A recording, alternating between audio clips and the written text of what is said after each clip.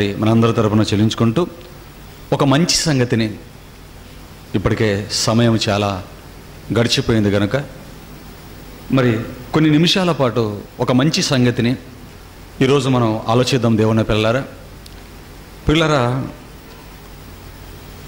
మనిషి జీవితాన్ని ఈ లోకం 3 దశలుగా విభజించటం మనకు తెలుసు. అది బాల్య దశ, యవ్వన దశ, వృద్ధాప్యం అని విభజించటం మనం వింటున్నాం. ఈ 3 దశలే మనిషి జీవితంలో ప్రాముఖ్యమైనవి అన్న సంగతి వింటున్నాం, గమనిస్తున్నాం పిల్లరా. అయితే ఈ 3 దశలు అనేవి ఏవి? బాల్యం, యవ్వనం, వృద్ధాప్యం అనేవి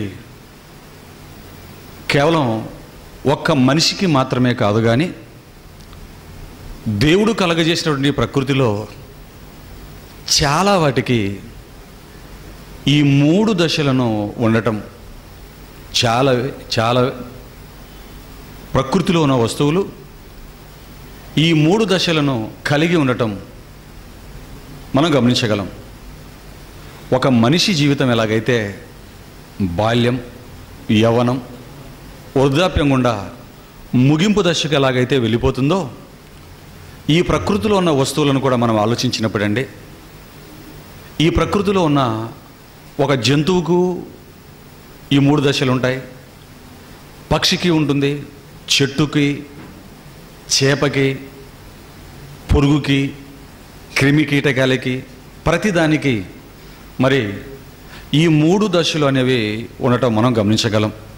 దేవుని పిల్లలారా, దేవుడు మనిషికి ప్రసాదించినటువంటి ఈ 3 దశలలో మరి ప్రధానమైన దశ లేదా ప్రాముఖ్యమైన దశ ఏది అని మనం ఆలోచించినట్లయితేనండి, చెప్పాలి మీరే. మరి ఈ 3 దశలలో ప్రాముఖ్యమైనది, 3ంటిలో అతి ప్రధానమైన దశ ఏ దశ అని ఆలోచిస్తే ఏదని మనకు అర్థమవుతుంది?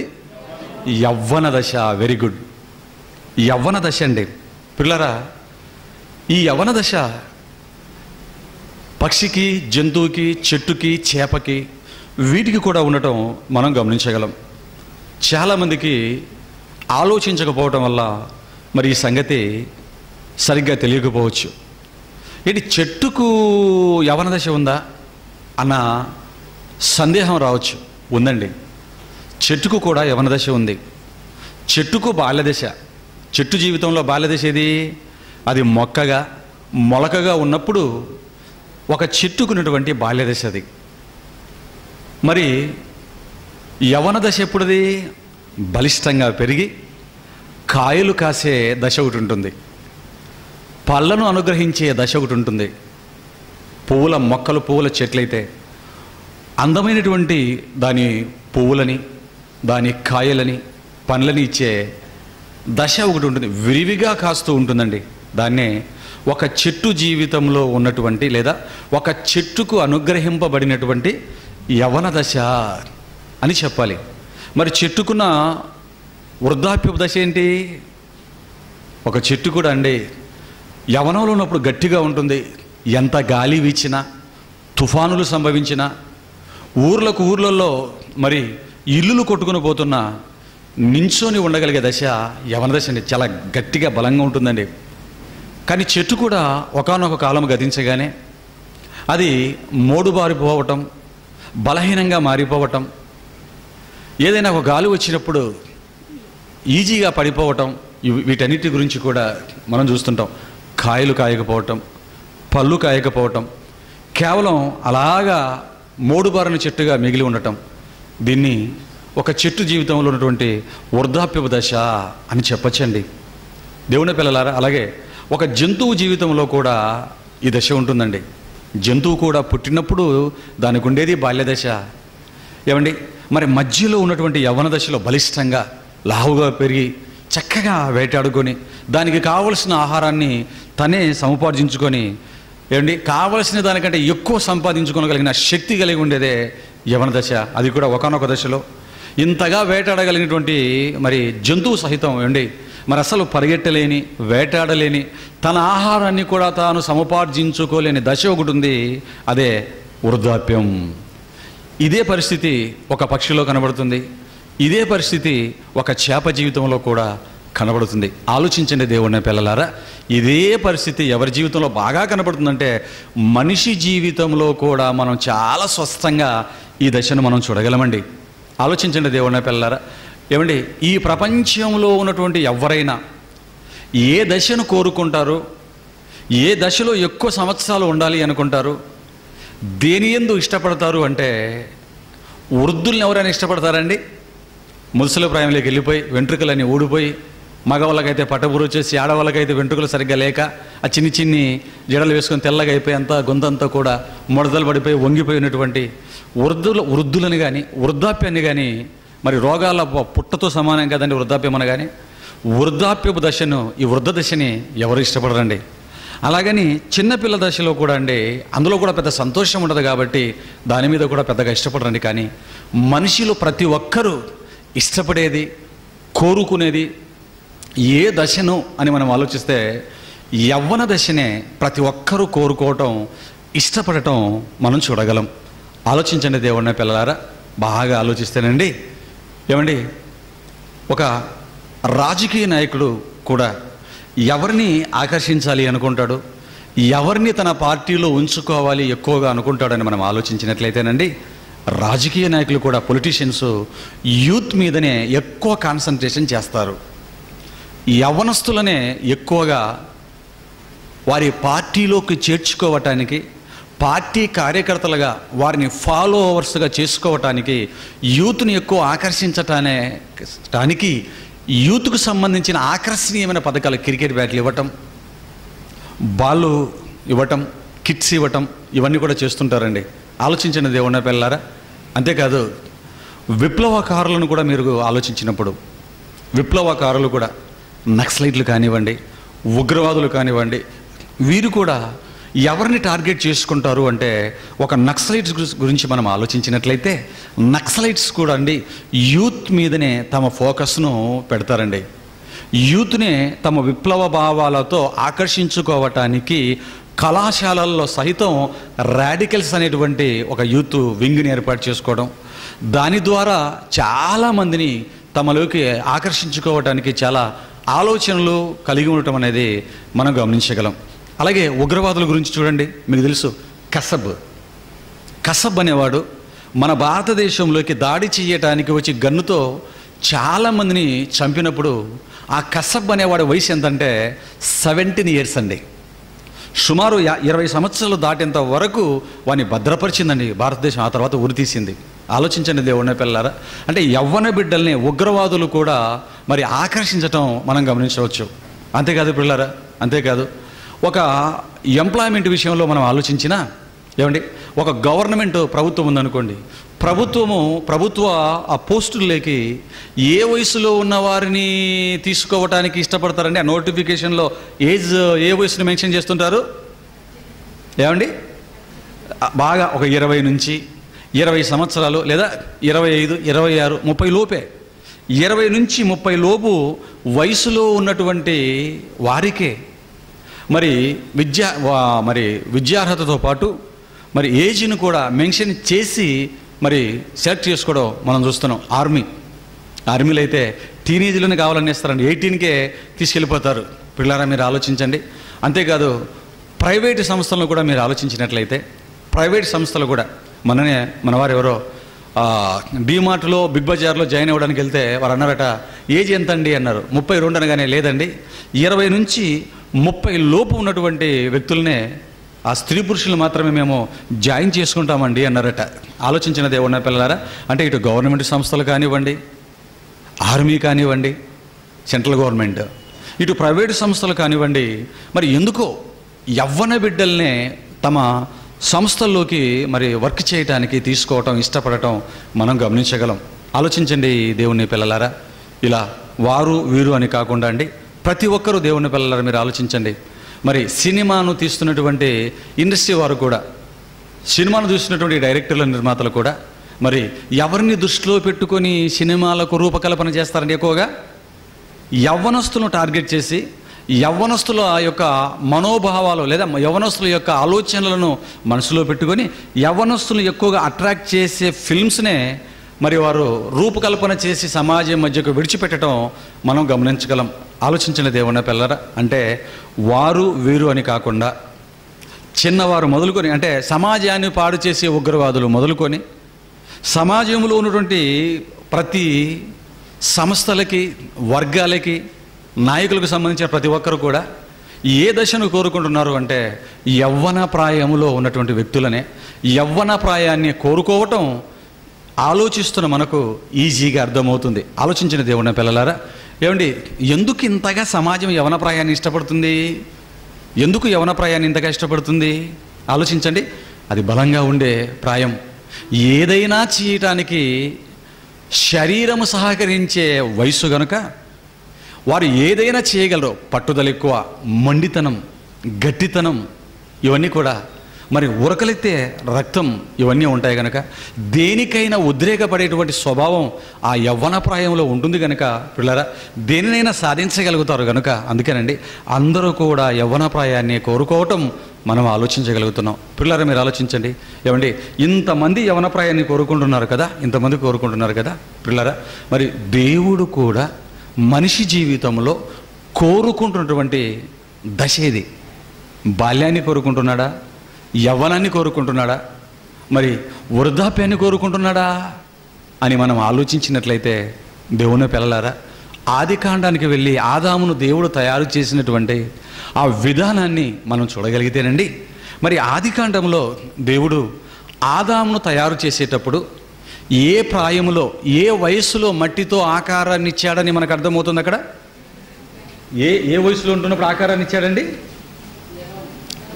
యవ్వనస్తుడిగా ఆదాము గారిని దేవుడు తయారు చేసినట్లుగా చూడగలం. ఒక బాలుడుగా చేయలేదు, ఒక వృద్ధుడిగా చేయలేదు. ఏమండి, మరి బాలుడుగా చేయొచ్చు కదా, కాసేపు ఆడుకుంటాడు, తన ముచ్చట తీరుతుంది కదా. మరి పోనీ వృద్ధాప్యంలో చేయొచ్చు కదా, కాస్త తెలివి కలిగి ఉంటాడు, ఎక్స్పీరియన్స్తో ఉంటాడు, తప్పులు చేయకుండా ఉంటాడు కదా.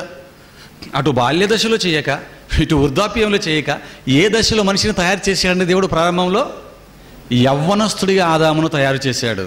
అంతేకాదండోయ్, ఆదాము గారి తర్వాత హవ్వమ్మను చేసేటప్పుడు కూడా, మన ఆది తల్లిని చేసేటప్పుడు కూడా పిల్లరా, మరి ఆవిడ్ని కూడా ఆదాము పక్కటెముకను తీసుకుని స్త్రీనిగా నిర్మించేటప్పుడు ఆవిడ్ని ఏ వయసులో తయారు చేసినట్లుగా మనం బైబిల్లో చూస్తామండి? స్త్రీని కూడా యవ్వన ప్రాయంలో ఉన్నటువంటి స్త్రీగానే చేయటం మనము గమనించగలం. ఆలోచించిన దేవుని పిల్లరా, అంటే లోకం ఏ యవ్వన ప్రాయాన్ని అయితే కోరుకుంటుందో దేవుడు కూడా మనిషి జీవితంలో ఏ ప్రాయాన్ని కోరుకుంటున్నాడని మనకి ఇక్కడ అర్థమవుతుందండి. ఏ ప్రాయాన్ని దేవుడు కోరుకుంటున్నాడని అర్థమవుతుంది ఇక్కడ?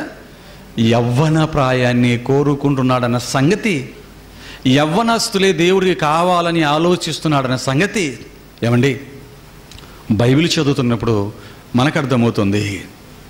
ఆలోచించండి దేవుని పిల్లలారా. మంచిదండి, లోకము యవ్వన ప్రాయాన్ని కోరుకుంటుంది, అన్ని సంస్థలు యవ్వన ప్రాయాన్ని కోరుకుంటున్నాయి, దేవుడు కూడా యవ్వన ప్రాయాన్నే కోరుకుంటున్నాడు. యవ్వన దశనే దేవుడు కూడా ఇష్టపడుతున్నాడు, కావాలి అనుకుంటున్నాడు. ఇంతకు ఎందుకు ఈ యవ్వన దశను కావాలి అనుకుంటున్నాడు? ఎందుకు ఆదాము హవ్వల్ని యవ్వన ప్రాయంలో దేవుడు తయారు చేశాడు? ఇంతకు మనిషికి దేవుడు యవ్వన ప్రాయాన్ని ఎందుకు కలిగించాడు? మనిషి జీవితంలో యవ్వన ప్రాయాన్ని దేవుడు ఎందుకు ప్రవేశపెట్టాడు? ఇంకా బాగా మనం డీప్గా వాక్యాన్ని ఆలోచించగలిగితే పిల్లరా, ఆదాము హవ్వల్ని యవ్వన ప్రాయంలో చేసిన తర్వాత వారు ముసలి వాళ్ళుగా అయిపోవాలన్న ఆలోచన దేవుడికి లేదన్న సంగతి కూడా ఇక్కడ మనం గమనించాలి. ఆదాము హవ్వలను చేసినప్పుడు దేవుడు ఏమండి వారికి మరణాన్ని ప్రసాదించాడా? ఏమండి, మరి నాశనమైపోయే శరీరాలను ఇచ్చాడా? శాశ్వత కాలం ఉండే దేహాలుగా తయారు చేశాడా? అక్షయుడిగా తయారు చేశాడు, మరణం లేనివాడిగా తయారు చేశాడు. ఎన్ని సంవత్సరాలైన, వేల లక్షల సంవత్సరాలైన ఉండగుటకు జీవించడానికి శక్తి కలిగినటువంటి ఆకారాన్ని దేవుడు ఆదాము హవ్వలకు యవ్వన ప్రాయంగా ఇవ్వటం మనం గమనించగలం. అంటే మనిషి భూమి మీదకి వచ్చిన తర్వాత యవ్వన ప్రాయములోనే ఉండిపోవాలి అన్నది దేవుని అనాది సంకల్పం అన్న సంగతి మనకు అర్థమవుతుంది. మనము తప్పు చేయటం వల్ల తెచ్చుకున్నదే వృద్ధాప్యం అన్న సంగతి మీరు మర్చిపోకండి దేవుని పిల్లలారా. ఆలోచించండి పిల్లలారా. ఏమండి, ఎందుకు ఈ మాటల్ని మీ ముందుకు నేను తీసుకొస్తున్నానంటే, ఈరోజు ఈ ప్రపంచంలో ఉన్నటువంటి యవ్వనస్తులలో లేదా ఈ యవ్వన వయస్కులలో ఎక్కువ మంది పాడైపోయారండి. ఎక్కువ మంది దేవునికి కాకుండా పోయారండి. ఎక్కువ మంది జీవితాలు దేవుడు వాడుకోవటానికి అర్హత కోల్పోయిన జీవితాలే యవ్వనస్తులలో ఈ ప్రపంచవ్యాపితంగా మనం చూడగలం. ఆలోచించిన దేవుని పిల్లలారా, యవ్వనస్తుల జీవితాలు బాగోలేవండి. 99% ఎక్కువ మంది యవ్వనస్తులు మరి చెడు తిరుగులలో ఉండటం, చెడిపోయి ఉండటం మనం గమనించగలం. మరి యవ్వనస్తులు ఎవరు బాగు చేస్తారు? ఎవరు వీరిని బాగు చేస్తారు? ఆలోచించండి. ఈరోజు ఈ ప్రపంచ తల్లిదండ్రులకు అర్థం కాని పెద్ద ప్రశ్న అండి. ఈ యవ్వనస్తులు అసలు ఎలా పాడవుతున్నారో కూడా సమాజానికి ఏకాభిప్రాయం లేదు. యవ్వన బిడ్డలు ఎలా పాడవుతున్నారు అని వీరు ఆలోచిస్తున్నారంటే, ఈ మేధావులు, ఈ సైకాలజిస్టులు, ఎందుకంటే బిడ్డలు పాడైన తర్వాత తల్లిదండ్రులు బిడ్డల్ని ఎక్కడికి తీసుకొని వెళుతున్నారు అంటే సైకాలజిస్టుల దగ్గరికి వెళ్ళి మానసికంగా పాడైపోయిన ఈ పిల్లలను బాగు చేసుకోవాలి అనుకుంటున్నారండి. వారి వలన అవుతుందంటారా వీరిని బాగు చేయటం? అసలు వారి పిల్లలే తోవ తప్పి ఉండటం మనం గమనించగలం. పిల్లరా, మీరు ఆలోచించండి దేవుని వారలారా. ఈ మానసిక శాస్త్రవేత్తలు లేదా ఈ మానసిక వైద్యులు, సైకాలజిస్టులు ఏమని చెప్తున్నారంటే, యవ్వనస్తులు పాడవటానికి ఎన్నో కారణాలు చెప్తున్నారండి. ఏమండి, యవ్వనం ఎందుకు పాడవుతుంది, యవ్వనస్తులు ఎందుకు పక్కదారి పడుతున్నారంటే, యవ్వనస్తులను పాడు చేసేది సినిమాలండి అంటున్నారు కొందరు. మరికొందరు అంటున్నారు స్నేహితులండి అంటున్నారు. ఇంకొందరు చెప్పే మాట ఏంటంటే, తల్లిదండ్రులే యవ్వన బిడ్డలను సరిగా పెంచకపోవటం వలన వారు పాడైపోతున్నారండి అని చెప్తున్నారు. పిల్లరా, సినిమాలు, స్నేహితులు. మరికొందరు అయితే ఇంటర్నెట్ పాడు చేస్తుందని, ఇంకొందరు తల్లిదండ్రులే పాడు చేస్తున్నారని, మరికొందరు ప్రపంచంలో ఉన్నటువంటి కళాశాలలే పిల్లలు పాడవటానికి పునాదులుగా మారిపోతున్నాయి అని రకరకాలుగా ఈరోజు సమాజం అంతా కూడా అండి చెప్పుకుంటున్న మాటలు. పిల్లరా, కానీ యవ్వనస్తులు ఎందుకు పాడవుతున్నారో బైబిల్ మాత్రమే చెప్పగలదు. అంతేకాదండి, బైబిల్ అనగానే అదొక మత పుస్తకం కాదు పిల్లరా. ఇదేదో మత పుస్తకం అని చాలామంది, మత పుస్తకం అనగానే ఏవో శ్లోకాలు, 4 పద్యాలు, ఆధ్యాత్మికతకు సంబంధించిన 4 మంచి మాటలు, అందరూ బాగుండాలి, వారిలో నేను ఉండాలి. విన్నారు ఈ మాటల్ని? విన్నారండి? ఏంటి మాటలు? అందరూ బాగుండాలట, వారిలో నేను ఉండాలి. తెలివితో కూడిన మాటలు. ఆలోచించిన దేవుని పిల్లలారా, నువ్వు బాగుంటే అందరూ బాగుంటారు, అంతేనా? సమాజం బాగుండాలంటే ప్రతి వ్యక్తి మొదట మనం బాగుంటే కదండి సమాజం బాగుంటుంది. సమాజం బాగుండాలి, ఆ తర్వాత నేను బాగుపడుతానంటే ఎలాగవుతుంది చెప్పండి దేవుని పిల్లలారా? దైవ గ్రంథం అనగానే, అదే బైబిల్ అనగానే మత పుస్తకం కాదు పిల్లలారా. 4 శ్లోకాలు ఏదో మనిషిని కాసేపు భక్తిలో భక్తి పారవశ్యంలో ఉంచినట్లుగా ఉంచి, ఏదో ఎత్తైన స్థలాలకు మనిషిని తీసుకుని వెళ్ళి ఆహ్లాదకరమైన వాతావరణంలో కాసేపు నెమ్మదిపరిచేటట్టుగా ఉండే మాటలు కాదండి బైబిల్ అనగానే. మనిషి జీవితాన్ని మార్చగలిగినటువంటి మాటలు బైబిల్లో మాత్రమే మనకు కనబడతాయి. మనిషికి వచ్చే మానసిక ప్రతి రుగ్మతని, ప్రతి ఆత్మీయ రోగాన్ని హృదయాంతరాలలోనికి వెళ్ళి బాగు చేయగలిగినటువంటి శక్తి, ఆ సత్తా ప్రపంచంలో ఒక్క బైబిల్కే ఉన్నదన్న సంగతి మనం మర్చిపోకూడదు. సగర్వంగా చెప్పుకోవచ్చు అండి ఈ మాటని. ఎందుకంటే ఆ శక్తి ఎందుకు బైబిల్కి ఉందంటే, బైబిల్ మాత్రమే దైవ గ్రంథం కనుక, వ్రాయబడిన ప్రతి మాట దేవుడి మాట కనుక. ఆలోచించండి దేవుని పిల్లలరా. అందుకేనండి మరి ఈ పుస్తకంలో నుంచి మరి యవ్వన ప్రాయాన్ని దేవుడు కూడా ఎందుకు కోరుకుంటున్నాడో తెలియచేసే ఒక మంచి మాటల్ని మరి మనం చూద్దాం పిల్లలరా. కీర్తనల గ్రంథం, దయచేసి అందరూ బైబిల్ చూడండి. 127వ అధ్యాయం, కీర్తనల గ్రంథం. ఒక యవ్వనస్తుడు బాగుపడాలి అంటే, ఒక యవ్వనస్తుడి జీవితం ఎలా ఉండాలో తెలియచేసే గొప్ప మాటల్ని, మనిషికి దేవుడు యవ్వన ప్రాయాన్ని ఎందుకు ఇచ్చాడో తెలియజేసే మంచి మాటలు అక్కడ చెప్తున్నాడు చూడండి. కీర్తనల గ్రంథం 127వ అధ్యాయం 4వ వచనాన్ని దయచేసి అక్కడ రాయబడిన మాటను చూడండి పిల్లరా. యవ్వన కాలమందు పుట్టిన కుమారులు బలవంతుని చేతిలో బాణముల వంటివారు అన్నాడు. ఒక్క క్షణం ఆగండి పిల్లరా. ఈ మాటను జాగ్రత్తగా మనం ఆలోచించగలిగితేనండి, ఇక్కడ వ్రాయబడినటువంటి మాటలను చదివి ఒక క్షణం ఆలోచిస్తే ఏమంటున్నాడండి ఇక్కడ? యవ్వన కాలమందు పుట్టిన కుమారులు బలవంతుని చేతిలో బాణము వంటి వారు అన్నాడు. చూడండి పిల్లారా, ఏమండి ఈ మాటను చదివిన తర్వాత సమాజం ఈ మాటకు చెప్పుకునే అర్థం ఏంటంటే, యవ్వన ప్రాయంలో పుట్టిన కుమారులు బలవంతుల చేతిలో బాణము వంటి వారు అనే మాటను చదివిన తర్వాత ఏమని అర్థం చెప్పుకున్నారు అంటే, ఆలోచించండి పిల్లరా.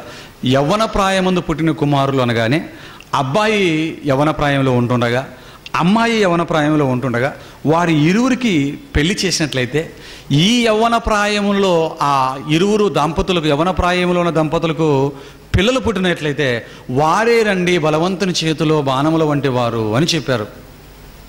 బైబిల్ను చేత పట్టుకుని బోధిస్తున్న క్రైస్తవ బోధకులలో కూడా అనేకులు చెప్పినటువంటి అర్థం ఏంటంటే ఈ అర్థమే చెప్పారు. అవునా కదా? మీరు కూడా విన్నారా? ఈ మాట చెప్పారండి, ఈ మాట చెప్పారు దేవుని పిల్లలారా. యవ్వన ప్రాయంలో ఉన్న స్త్రీ పురుషులకు పెళ్లి చేస్తే పుట్టే పిల్లలే బలవంతుని చేతిలో బాణముల వంటి వారు. అందుకే చూడండి, తల్లిదండ్రులు కూడా ఈ లోకంలో ఎప్పుడు పెళ్లి చేయడానికి ఇష్టపడుతున్నారు పిల్లలకంటే, ఎప్పుడు పెళ్లి చేయడానికి ఇష్టపడుతుంటారు, ముందుకు వస్తుంటారు అంటే అండి, కుమారుడు యవ్వన ప్రాయంలోనే ఉంటున్నప్పుడు, తమ కుమార్తె కూడా మంచి నిండు పర్వం యవ్వన ప్రాయంలో ఉంటున్నప్పుడే మరి ఒక 20-21 సంవత్సరం, 19-20-21 సంవత్సరంలోనే పెళ్లి చేసేయాలని ఇష్టపడుతుంది. ఎందుకంటే ఆ వయసులో పెళ్లి చేసినట్లయితే ఇద్దరు కూడా మంచి బలిష్టంగా ఉంటారు కనుక, ఇద్దరు కూడా నిండు యవ్వనంలో ఉంటారు కనుక, అలాగ నిండు యవ్వనంలో బిడ్డలు పుట్టినట్లయితే వారు కూడా ఎలా ఉంటారు? బాణాల్లాగా, బలవంతుని చేతిలో బాణాల్లాగా బలిష్టంగా పెరుగుతారండి అనుకున్నారు. పిల్లరా, మీరు ఆలోచించండి. ఇది బైబిల్లో ఉన్న మాటకి లోకము చెబుతున్నది. బైబిల్ మీద అవగాహన లేనటువంటి క్రైస్తవ బిడ్డలు కూడా ఇస్తున్నటువంటి అర్థము, వివరణ. పిల్లరా, మరి దేవుడు చెబుతున్న భావం అదేనా? ఆ మాటకి దేవుడు రాయించిన ఉద్దేశం అదేనా? దేవుడు మాట్లాడుతున్న మాటల యొక్క పరమార్థం అదేనా అని మనం ఆలోచిస్తానండి. అర్థం కావాలంటే కష్టపడాలండి. ఎందుకంటే దేవుని పిల్లలారా, మనం అనుకుంటున్నది ఎప్పుడు కూడా దేవుడు అనుకోడు. మన మనసులో ఉన్న అర్థాలను బైబిల్లో కూడా పెట్టకూడదు దేవుని పిల్లలారా. ఇక్కడ దేవుడు చెప్పిన మాటకి అర్థం యవ్వన ప్రాయం అంటే అబ్బాయి అమ్మాయికి వయసు మీద ఉన్నప్పుడు పెళ్లి చేస్తే ఆ ప్రాయంలో బిడ్డలు పుడితే వారు బలవంతుని చేతిలో బాణాలు అన్నది కాదు దాని అర్థం. అది కాదు దాని అర్థం. శరీర రీతిగా దేవుడు తీసుకోవట్లేదు ఇక్కడ. యవ్వనం అంటే ఆ యవ్వనం కాదు పిల్లారా. మరి ఎవరు వీరు? యవ్వన కాలమందు పుట్టిన కుమారులు బలవంతుని చేతిలో బాణాలు. ఇంతకు యవ్వనం అంటే ఏంటి? యవ్వన కాలంలో పుట్టడం అంటే ఏంటి? ఇది మనకు అర్థం కావాలి అంటే బైబిల్లో రాయబడిన మరొక చోట ఉన్న సంగతిని, వచనాలని మనం ఆశ్రయించాలి. యోహాను సువార్త 1వ అధ్యాయం చూడండి ప్రియులారా. యోహాను సువార్త 1వ అధ్యాయం 13వ వచనాన్ని జాగ్రత్తగా బైబిల్ నుంచి మీరు చూడగలిగితే ప్రియులారా, యోహాను సువార్త 1వ అధ్యాయం 13వ వచనాన్ని దయచేసి చూడండి. వారు దేవుని వలన పుట్టిన వారే గాని రక్తము వలనైనను, శరీరేచ్ఛల వలనైనను, మానుషేచ్ఛల వలనైనను పుట్టినవారు కారు. బా, ఎవరి గురించో ఇక్కడ చెబుతున్నాడు. ఇక్కడ మాట్లాడుతూ ఏమంటున్నాడంటే, ఇదిగో శరీరం వలన, రక్తము వలన, మానుషేచ్ఛల వలన పుట్టినవారు కారు అంటున్నాడు. అంటే ఈ భూమి మీద శరీరం వలన పుట్టకుండా, రక్తం వలన పుట్టకుండా, మానుషేచ్ఛల వలన పుట్టకుండా ఉన్నవారు ఎవరో ఉన్నారు అని చెబుతున్నాడు. దేవుని పిల్లలారా, క్రైస్తవ బిడ్డలారా, దయచేసి దేవుడు ఇక్కడ చెబుతున్న మాటలు మీరు ఆలోచించండి. ఈ ప్రపంచంలో ఉన్నటువంటి జనాభా 750 కోట్ల మంది సుమారు ఉన్నారు కదండి ప్రస్తుతం. ఇది 2018వ సంవత్సరం కదా పిల్లలారా. నవంబర్ నెలకు వచ్చాం. ఇంకొక నెల ఉంటే అయిపోతుంది ఈ సంవత్సరం. మరలా మనం చూడాలి అనుకున్న ఈ 2018వ సంవత్సరం నవంబర్ నెల మన జీవితాల్లో పొరపాటును కూడా రాదు పిల్లలారా. ఆలోచించండి దేవుని పిల్లలారా, మీరు ఆలోచించండి. ఈ ప్రపంచంలో ఉన్నటువంటి జనాభాలను జాగ్రత్తగా మనం ఆలోచిస్తేనండి, ఈ మూడింటి వలనే పుట్టిన వారే ప్రతి ఒక్కరూ ఉన్నట్లుగా మనం చూడగలం. శరీరేచ్ఛల వలన అన్నాడు. ఆలోచించండి, శరీరేచ్ఛల వలన రక్తము వలన మానుషేచ్ఛల వలన అయినను అన్నాడు. చూడండి దేవుని పిల్లలారా, శరీరం వలన, రక్తం వలన, మానుషేచ్ఛల వలన. ఆలోచించండి, రెండు శరీరాలు కలుసుకుంటేనే కదండి మనందరం పుడతాం. ఈరోజు మనం పుట్టుకొచ్చాము, భూమి మీద ఉన్నటువంటి మనుషులందరూ పుట్టారు అంటే ఒకటి శరీరం వలన, రెండు దేహాలు, తల్లిదండ్రుల దేహాలు ఏకమవ్వాలి. ఆ తర్వాత రక్తం లేకుండా పుట్టిన వారెవరు? మనం పుట్టాలి అంటే, భూమి మీద మనిషి జన్మించాలి అంటే ఎవరు జన్మించాలి అనే ప్రపంచంలో రెండు శరీరాలు ఏకమవ్వాలి. ఆ రెండు మన తల్లిదండ్రుల శరీరాల నుంచే ఈ శరీరం ఉద్భవిస్తుంది. వారి గర్భవాసం నుంచే రక్తము కూడా మనకు వస్తుంది. ఆ రెండు శరీరాలు తల్లిదండ్రులు ఏకము కావాలి దాంపత్య జీవితంలో అంటే వారిద్దరికీ కూడా మానుషేచ్ఛలు, ఒకరి మీద ఒకరికి ఇచ్చలు, కోరికలు ఉంటాయి.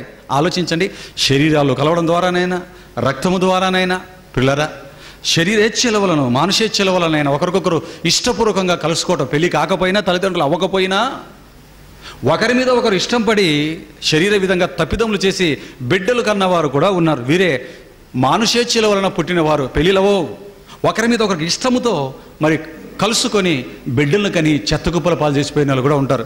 ఈ ప్రపంచ జనాభాలో ఇదిగో ఈ మూడు రకంగా పుట్టిన వారే ఉన్నారు. కానీ పిల్లలారా, ఇక్కడ దేవుడు మాట్లాడుతూ ఈ రకంగా పుట్టిన వారే అని చెప్పటం లేదు. వారు జాగ్రత్తగా మీరు చూసినట్లయితే 13వ వచనం మరొకసారి చదివినట్లయితే, వారు దేవుని వలన పుట్టిన వారే కానీ రక్తము వలనైనను, శరీరేచ్ఛల వలనైనను, మానుషేచ్ఛల వలనైనను పుట్టినవారు కారు అన్నాడు. చూడండి దేవుని పిల్లలారా, ఏంటి ప్రపంచంలో ఉన్నటువంటి మొత్తం ప్రతి ఒక్కరూ వీటి వల్లనే పుడుతున్నారు కదండి. అంటే ఇక్కడ దేవుడు చెబుతున్న ఈ మాట, యవ్వన ప్రాయములో ఇద్దరు స్త్రీ పురుషులకు వివాహము చేస్తే పుట్టిన వారి గురించి కాదు అన్న సంగతి మనకు అర్థమవుతుంది. ఎందుకంటే యవ్వన ప్రాయంలో వివాహము చేసినా వారికి శరీరేచ్ఛలు ఉంటాయి, మానుషేచ్ఛలు ఉంటాయి, రక్తము కూడా ఉంటుంది కనుక ఆ రీతిగానే బిడ్డల్ని కంటారు. కానీ ఇక్కడ ఉన్నవారు రక్తం వలన కానీ, మానుషేచ్ఛల వలన కానీ, శరీరేచ్ఛల వలన కానీ పుట్టినవారు కారు అన్నారు. మరి ఈ మూడింటి ద్వారా కాకుండా పుట్టినవారంటే ఇంతకు ఎవరు వీరు, ఎవరబ్బా? ఇది అర్థం కావాలి అంటే 12వ వచనాన్ని చూడండి పిల్లలారా. అక్కడేం చెప్తున్నాడు మీరు చూడండి, చదవండి. అక్కడ ఏముందన్నమాట,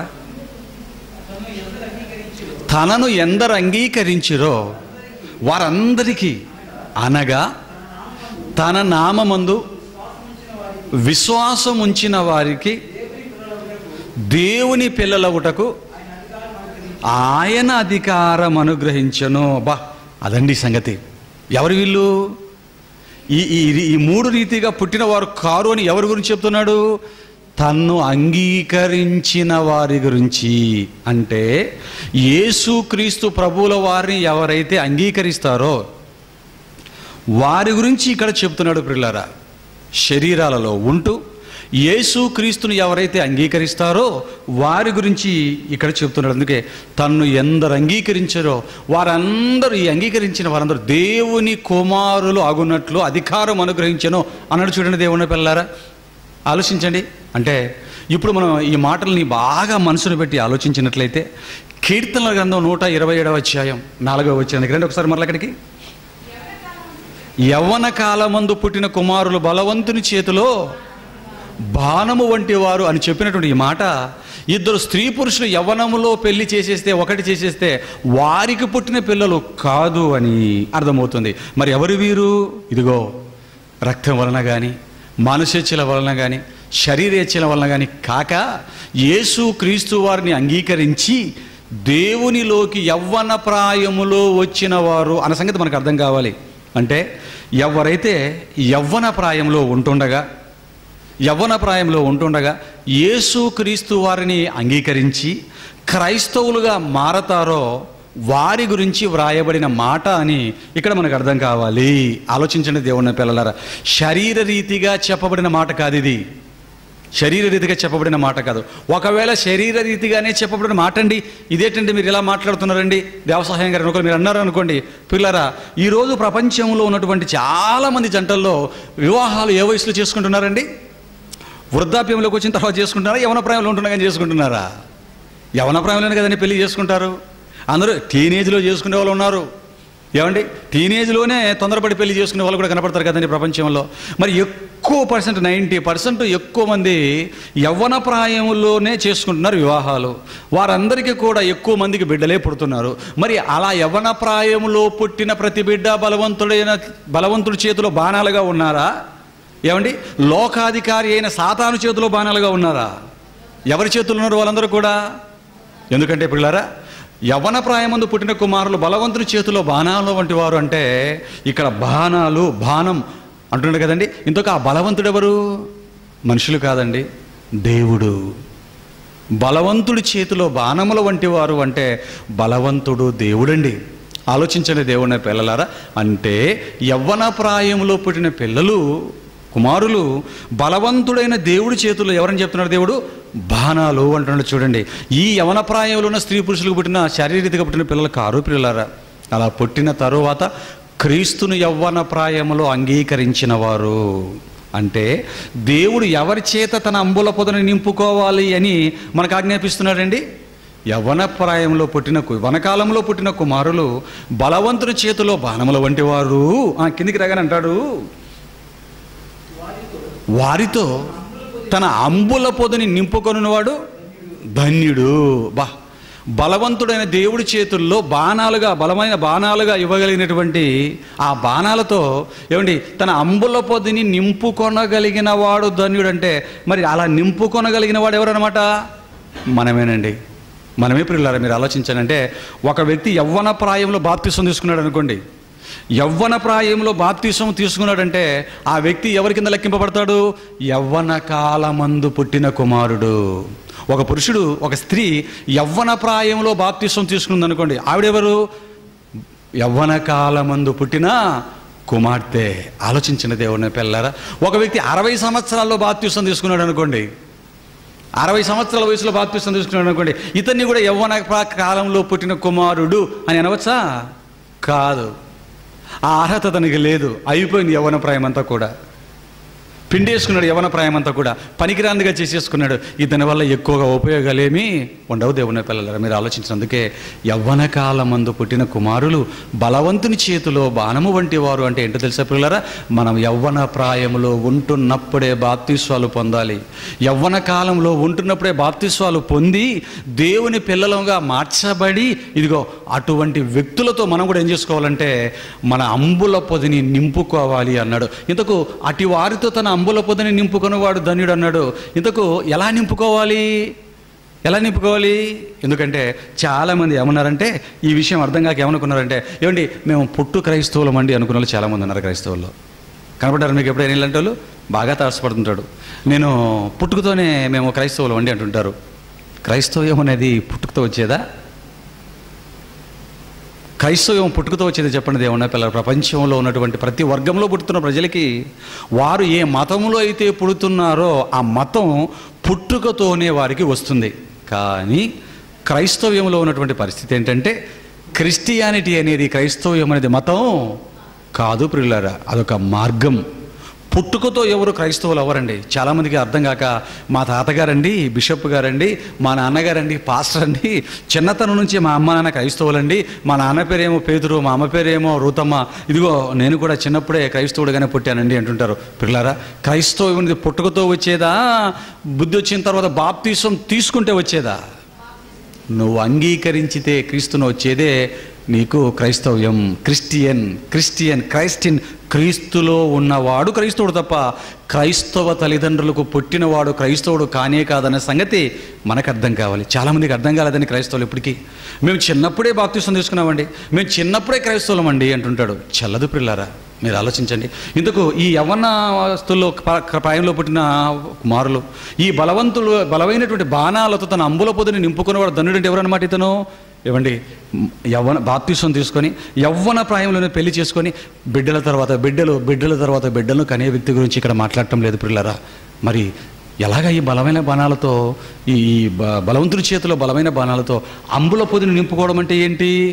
యవ్వన ప్రాయంలోకి దేవుడిలోకి వచ్చిన మనం మన సువార్త ప్రకటన ద్వారా అనేక మంది యవ్వనస్తులను రక్షణలోకి తీసుకురావటాన్నే, అలా తెచ్చుకొని దేవుడి వాక్యంలో నింపటాన్నే ఇదిగో అట్టి వారితో తన అంబుల పొదని నింపుకొనివాడు ధన్యుడు అని చెప్తున్నాడు అనే సంగతి ఇక్కడ మనకు అర్థం కావాలి. ఆలోచించిన దేవుని పిల్లల మంచిది. యవన కాలంలో పుట్టిన కుమారులంటే ఎవరో మనకు అర్థమైంది. బలవంతుని చేతిలో బాణాలంటే ఎవరో మనకు అర్థమైంది. ఇకపోతే ఆ బాణాలతో తన అంబుల పొదిని నింపుకొనివాడంటే ఎవడో కూడా మనకు అర్థమైంది. పిల్లరా, ఏది ఏమైనా ఒక ప్రాముఖ్యమైన ప్రశ్న మాత్రం మన ముందు అలాగే ఉండిపోయింది. అదేంటంటే యవ్వన ప్రాయాన్ని దేవుడు మనిషి జీవితంలో ఎందుకు ప్రసాదించాడు? యవ్వనాన్ని మనిషికి ఎందుకు అంత శక్తివంతంగా దేవుడిచ్చాడు? ఇచ్చిన దేవుడు యవ్వన ప్రాయంలోనే కావాలి, యవ్వన బిడ్డలు కావాలి అని మరలా తన ప్రగాఢమైన వాంఛను, తన మనసులో ఉన్నటువంటి మాటను ఎందుకు బయటపెట్టి మరలా దీన్ని అడుగుతున్నాడు? ఆలోచించాలి మనం ఈరోజు. ఎందుకు పిల్లరా? ఆలోచించండి. ఎందుకు దేవుడు యవ్వన ప్రాయాన్ని ఆలోచిస్తున్నాడు? ఒక మంచి మాట ఉందండి, ఒక మంచి మాట ఉంది పిల్లరా. దీనికి సమాధానం దేవుడు చెప్పాడు. విలాప వాక్యాలు 3వ అధ్యాయం 27వ వచనాన్ని మీరు చూడగలిగితే, విలాప వాక్యాలు 3వ అధ్యాయం 27వ వచనాన్ని మీరు చూడగలిగితే పిల్లరా, అక్కడ మాట చెప్పాడండి. యవ్వనస్తులు తమ హృదయాలలో నిత్యము ఉంచుకొనవలసిన మంచి మాట చెప్పాడండి. యవ్వన కాలమున కాడి మోయిట నరునికి మేలు అన్నాడు. చూడండి పిల్లరా, యవ్వన కాలమున కాడి మోయిట నరునికి మేలు అన్నాడు. ఆ తర్వాత అంతటితో ఆపక ఆ తర్వాత ఏమన్నాడండి? అతని మీద దానిని మోపినవాడు ఎవరటండి? యెహోవాయే, దేవుడే అతని మీద కాడిని మోపాడు అన్నాడు. చూడండి పిల్లరా, అంటే యవ్వన ప్రాయాన్ని ఎందుకు దేవుడు కోరుకుంటున్నాడు? యవ్వన ప్రాయాన్ని ఏం చెయ్యాలని దేవుడు కోరుకుంటున్నాడు? ఆలోచించండి. ఈ తన కాడిని వారి భుజస్కంధాల మీద మోపి ఈ యవ్వన ప్రాయంలోనే తన కాడిని మొయ్యాలన్నటువంటి ఆలోచనతో దేవుడున్నాడు. అందుకే యవ్వనాన్ని మనిషికి ఇస్తున్నాడన్న సంగతి మనకు అర్థమవుతుంది. పిల్లరా, ఎంతమంది ప్రపంచ బిడ్డలు, యవ్వన బిడ్డలు యవ్వన ప్రాయంలో ఈ పనుల్లో ఉన్నారో మీరు ఆలోచించండి. యవ్వన ప్రాయంలో ఉన్నవారు ఎవరైనా దేవుని కాడిని మోసే పరిస్థితులు ఎవరైనా ఉన్నారండి? ఒక్కసారిగిన మీరండి ఆ టీవీలలో లేదా ఇంటర్నెట్లోకి వెళ్ళిపోయి యవ్వన పిల్లలు చేస్తున్నటువంటి కార్యక్రమాలను మీరు చూడగలిగితేనండి. ఎందుకంటే దేవుడు ఎందుకు యవ్వన ప్రాయములోనే తన కాడిని మోపుతున్నాడని మనం ఆలోచించినట్లయితేనండి. ఎందుకంటే యవ్వన ప్రాయములో నరుడు కాడి మోయిట మేలన్నాడు, దానిని వాడి మీద మోపినవాడు యెహోవాయే అన్నాడు. యవ్వన ప్రాయంలోని ఎందుకు కాడిని మోపుతున్నాడు? యవ్వన ప్రాయంలోని కాడి మొయ్యినాయనని ఎందుకు చెప్తున్నాడు? ఆలోచించడం దేవుని పిల్లరా. ఎందుకంటే యవ్వన ప్రాయం అనేది బలిష్టంగా ఉంటుంది, పుష్టిగా ఉంటుంది, పట్టుదల కలిగి ఉంటుంది. ఇంకా బాగా చెప్పాలంటే ఒక మొండితనాన్ని కలిగి ఉంటారని యవ్వన పిల్లలు. చూడండి మీరు, ఏది చెయ్యాలని యవ్వన పిల్లలే ఆలోచించండి. ఏది చేయాలన్నా, బరువులు ఎత్తాలి అన్నా, బరువులు మోయాలి అన్నా, ప్రయాణాలు చేయాలి అన్నా. ఏమండి, ఎక్కడికైనా ప్రయాణం చేయాలి అంటే ఎవరు బాగా చేయగలరు ప్రయాణాలు? ఆ 70 సంవత్సరాల వయసులో ఉన్న వారిని ఎక్కించి, ఇదిగోండి మీరు ఇప్పుడు ఇక్కడ నుంచి ఇదిగోండి ఢిల్లీకి బస్సులో వెళ్ళండి అని బస్ ఎక్కించామనుకోండి, ఒక 70 సంవత్సరాలు ఉన్నవాడు తిరుపతి నుంచి బస్సులో ఢిల్లీకి పంపిస్తే వాడు వెళ్ళగలుగుతాడండి? నాయన వద్దు నాయన, ట్రైన్ ఎందుకు, ట్రైన్ వద్దు నాయన, ఫ్లైట్ ఏదైనా ఉంటే ఎక్కించండి అంటాడు. అదే యవ్వన బిడ్డలు మీరు తీసుకోండి, మంచి స్పోర్ట్స్ బైక్ ఇచ్చిరే, ఢిల్లీకి వెళ్ళిపోరానండి వాడిని, బస్సు వద్దు, ట్రైన్ వద్దు, వాడికి ఫ్లైట్ కూడా వద్దు, బైక్ ఇచ్చి వెళ్ళిపోమనండి. ఈలోపు ఒక గర్ల్ ఫ్రెండ్ని కూర్చోబెట్టుకున్నానండి, ఇంకా వాడు చేతులు వెళ్ళిపోతాడు. ఆలోచించడం దేవుని పిల్లలు, అదొక సరదా, అదొక ఎనర్జీ, వాడికి మరిలా కొత్త ఎనర్జీ వచ్చేస్తుంది ఇద్దరికి. ఆలోచించండి దేవుని పిల్లలారా, ఎక్కడికైనా ఏదైనా చేయగలిగిన సామర్థ్యం యవ్వన బిడ్డలకు ఉంటుందండి. ఒక మొండి వైఖరి, ఆ మొండితనమే దేవుడికి కావాలి. నీలో నీ యవ్వన ప్రాయంలో ఉన్నటువంటి ఒక టార్గెట్ పెట్టుకుంటారు చాలామంది యవ్వనస్తులు. అది చెయ్యాలండి, నేను దాన్ని సాధించాలండి అనుకుంటారు. చూడండి దేవుని పిల్లలారా, దేనికోసం? అది కక్ష కోసమైనా, ప్రేమ కోసమైనా, చదువుకుంటున్నటువంటి టార్గెట్ కోసం, ర్యాంకు కోసమైనా, దేనికోసమైనా ఒక పట్టుదల పట్టి మొండితనముతో ఏమండి శరీరాన్ని మరి నలగొట్టుకొని కూడా చెయ్యగలిగే, సాధించగలిగినటువంటి ఒక పట్టుదల, మొండితనం, సామర్థ్యం ఎవరిలో ఉంటుందంటే యవ్వన పిల్లల్లో ఉంటుంది. దేవుని పిల్లలారా, వృద్ధాప్యంలో జాగ్రత్త జాగ్రత్త అంటుంటాడు, అంతేనా? నాయన జాగ్రత్త, నాయన జాగ్రత్త, 1కి 10 సార్లు. అందుకే ఒక విషయాన్ని మీరు వృద్ధులకు చెప్పండి, అతను మనం వినేది తక్కువ, అతని నుంచి మనకు వచ్చేది ఎక్కువ. 2 నిమిషాలు మనం మాట్లాడితే 2 గంటలు మాట్లాడతాడు. కానీ యవ్వనస్తుకు ఒక మాట చెప్పండి, ఒరే నువ్వు అక్కడికి వెళ్ళి అనగానే సర్ర వెళ్ళిపోతుంటాడు. నెక్స్ట్ మాట పూర్తవసరికి వెళ్ళిపోతాడు వాడు. దేనికైనా ఉద్రేకపడతాడు. యవ్వనస్తుని బోలో విప్లవం, రక్తం అల్లూరి సీతారామరాజు అనండి అంటాడు. సర్దార్ పాపరాడు అంటాడు. ఆలోచించండి ఎవరి బిడ్డలు. అదే ఒక మంచి కామెడీ నిజంగా అందులో ఏముంటుందంటే, నిజంగా ఆ పైన జాయింట్ వీళ్ళు కూర్చొని పైకి ఇలా ఎగిరి అప్పుడు ఎలా ఉంటుందంటే పద వెంటనే ఎక్కుదామంటాడు. రెచ్చగొడితే రెచ్చిపోయే తత్వం, దేనికైనా తొందరగా అవుట్ అయ్యే తత్వం. ఒక మ్యూజిక్ పెట్టండి గెంతుతున్నారండి ఈరోజు ఇంటర్నెట్లో కానీ సెల్ ఫోన్స్లో. ఈరోజు వీడియోలు చూసినట్లయితే వాళ్ళకు సినిమాల్లోకి వెళ్ళాలనే ఆలోచనతో ఆ కోరికని చంపుకోలేక అక్కడికి ఎలాగెళ్ళి నాట్యం చేయలేరు కాబట్టి సెల్ ఫోన్ పెట్టి ఇవి అలాగే వేసుకొని ఇవి డ్యాన్స్ చేసి యూట్యూబ్లో అప్లోడ్ చేస్తుంది, లేకపోతే ఫేస్బుక్లో పెట్టేస్తారు గుంపులుగా సింగిల్గా. ఎన్ని డ్యాన్స్లు ఆలోచించండి దేవుని పిల్లలారా. యవ్వన పిల్లల్లో ఈ తత్వం అండి, బలిష్టమైన శరీరము, మొండి వైఖరి, ఏదైనా సాధించాలన్నటువంటి, ఏదో చేయాలన్న తపన. ఆలోచించండి దేవుని పిల్లలారా, ఎవ్వరి మాట వినటువంటి తత్వం. ఏమండి, యవ్వన ప్రాయాన్ని దేవుడు ఎంచుకున్నాడండి. అసలు ఆ యవ్వన ప్రాయాన్ని దేవుడు ఇచ్చింది ఇందుకేనండి. యవ్వన ప్రాయంలో నరుడు కాడిమైట నరునికి మేలునైనా దాన్ని వాడి మీద మోపినవాడు యెహోవాయే అన్నాడు. చూడండి దేవుడిన పిల్లలారా, యవ్వన ప్రాయంలో మోపుతున్నాడు అంటున్నాడు. కానీ ఈరోజు ప్రపంచాన్ని చూడండి, యవ్వన ప్రాయంలో కాడి మోసే పనిలో ఎంతమంది ఉన్నారు, ఎలాగున్నారో తెలుసా అండి? ఒక్కసారి నిజంగా మీరు చూడగలిగితేనండి, ఆ ఫేస్బుక్లో అప్పుడప్పుడు వాట్సాప్లో పెడుతుంటారండి. ఏమండి, నిజంగా స్తంభాన్ని 2 చేతులతో ఎక్కడమే కష్టం అండి. కానీ వాడు ఏం చేస్తాడంటే, స్తంభాన్ని పైకెక్కి ఒక చేత్తో ఒక కాలు పెట్టేసి 2 కాలు ఇలా పెడతాడు, పైకి వెళ్ళిపోయి ఫోల్ మీదకి వెళ్ళిపోయి కాలు పైకి పెట్టేస్తాడు. అక్కడి నుంచి వదిలి సర్రని తిరిగేస్తాడు, కాళ్ళతోనే స్తంభాన్ని పట్టుకుని వేలాడుతుంటాడు. బైక్ని వదిలి సర్రని గారిలో తిరుగుతుంటాడు. ఆ పిక్క బలం, ముఖ్యంగా ఇంగ్లీష్లో ఆ రౌండ్స్ ఇలా పెట్టుకుంటాడు, ఇలా తిప్పుతుంటాడు, పైకి ఎగుడుతాడు, కింద పడతాడు. ఆ జిమ్ చేసేటప్పుడు 2 మనుషులు ఈ చేతి మీద ఒకరిని పెడతాడు, మ్యూజిక్ పెట్టి చేస్తూ ఉంటాడండి. అబ్బా అనిపిస్తుందండి, ఇంత యవ్వన ప్రాయం చేశారండి. గోడల మీదకి ఎగుడుతుంటాడు, ఆ చిన్నటిని పట్టుకుని వేలాడుతుంటాడు. ఆ జంపింగ్ రాడ్స్ను పట్టుకుని తిరిగి ఎగిరెగిరి పడుతుంటాడు. మంచు కొండల్లో ఎగిరెగిరి దూకుతుంటాడు. యవ్వనాన్ని ఇచ్చింది అందుకే ఇచ్చాడు యవ్వనాన్ని. యవ్వన ప్రాయంతో గట్టిగా తిని ఆ మొత్తం అవన్నీ ఎత్తేసి మూలిగలు అరగొట్టుకోమని ఇచ్చాడు యవ్వన ప్రాయాన్ని. లేదా ఒక మంచి చక్కని అబ్బాయిని ప్రేమించి నీ యవ్వన ప్రాయాన్ని ఇవ్వటం, మంచి యవ్వనమైన స్త్రీని ప్రేమించి నీ యవ్వన ప్రాయాన్ని స్త్రీలకు ఇవ్వటం అందుకు ఇచ్చాడా? బైబిల్లో ఒక మాట చెప్తాడు సొలొమోను గారు, నా కుమారుడా నీ యవ్వన బలాన్ని స్త్రీలకి ఇవ్వకు నాయనా అంటాడు సామెతల గ్రంథంలో. నాయనా యవ్వనుడా నీ యవ్వన బలాన్ని స్త్రీలకి ఇవ్వకు, నీ యవ్వన బలాన్ని స్త్రీలకి ఇవ్వకు. మరి ఎవరికి ఇవ్వాలి నాయన సొలొమోను? నీ దేవుడికి ఇవ్వు అంటాడు. నీ యవ్వన బలాన్ని స్త్రీలకి ఇవ్వకు, దేవుడికి ఇవ్వు. ఆలోచించండి దేవుని పిల్లారా, కాడి మోసే పరిస్థితుల్లో ఈరోజు ప్రపంచం లేరు. ఒకరు ప్రేమ కోసము, ఒకరు ఫ్యామిలీ కోసము, ఒకరేమో ఉద్యోగాల కోసము, ఒక కెరియర్ కోసము, మంచి కెరియర్ కోసం విదేశాలకు వెళ్ళటం కోసము దేనికి ఈరోజు యవ్వన ప్రాయాన్ని వాడుకుంటున్నారు. మీరు ఆలోచించండి దేవుని పిల్లర, దేవుడు యవ్వన ప్రాయాన్ని ఎందుకు ఇచ్చాడు, మనిషి యవ్వన ప్రాయాన్ని ఎందుకు వాడుకున్నాడు మీరు ఆలోచించండి. అందుకే చెప్తున్నాడండి, యవ్వన కాలములో నరుడు దేవుని కాడు మోయట నరునికి మేలు. యవ్వన ప్రాయంలోనే కాడి మోయాలంట. యవ్వన ప్రాయంలో కాయడం వేయటం ఎందుకు మేలు? యవ్వన ప్రాయంలో కాడిని భుజస్కంధాల మీదకి వస్తే వృద్ధాప్యంలోకి వెళ్ళిపోయేటప్పటికీ అనేకమైన బలమైన బాణాలతో నీ అంబుల పొదిని నువ్వు నింపుకొనగలుగుతావు. అదే దేవుని ఎదుట నిన్ను ఉన్నతుడుగా నించోబెడుతుంది. ఆలోచించండి దేవుని పిల్లలారా, ఆలోచించండి. యవ్వన కాలమందు పుట్టిన కుమారులు బలవంతుల చేతిలో బాణాల వంటి వారు అంటున్నాడు. ఆ కాడిని వారి భుజస్కంధాల మీద మోపింది దేవుడు అని అంటున్నాడు. యవ్వన ప్రాయంలో కాడిమైట నరుడికి మేలంటున్నాడు. ఇన్ని మంచి మాటలు పిల్లరా మనకు చెప్తున్నాడు కదండి. ఇంతకు బలవంతుని చేతిలో బాణాలు అంటే ఎవరు? ఒక్కసారి 127వ అధ్యాయం 4వ వచనం నుంచి మరలా కిందకి మనం చదవగలిగితే చూడండి. 127వ అధ్యాయం కీర్తనల గ్రంథం 127వ అధ్యాయం 4వ వచనం నుంచి కిందకి మనం చదివితే ఒక్కొక్క మాట చెప్తాడండి. యవ్వన కాలమందు పుట్టిన కుమారులు బలవంతుని చేతిలో బాణము వంటి వారు, వారితో తన అంబుల పొదిని నింపుకునేవాడు ధన్యుడు. ఏమండి, నింపుకోనైనా నీ అంబుల పొదిని నింపుకో, నీ అంబుల పొదిని నింపుకో అంటున్నాడు. ఇంతకు అంబుల పొదిని నింపుకొని ఏం చేయాలి? ఏమండి, బలవంతుని చేతిలో బాణం అంటే ఏంటో తెలుసా అండి? బాణం ఎలా ఉంటుందో తెలుసా అండి? చాలా షార్ప్గా ఉంటుందండి. చాలా షార్ప్గా ముందు ఇలాగా పదును పెట్టబడి ఏమండి వదలగానే ఎదుటివాడు గుండెలకి అంటే చీల్చుకుపోతుందండి లోపలికి. అది గుచ్చి లోపలికి వెళ్ళిపోతుంది పిల్లరా. ఇటు కొట్టామండి ఇటు పక్క నుంచి అటు పక్కకు వచ్చేస్తుందండి.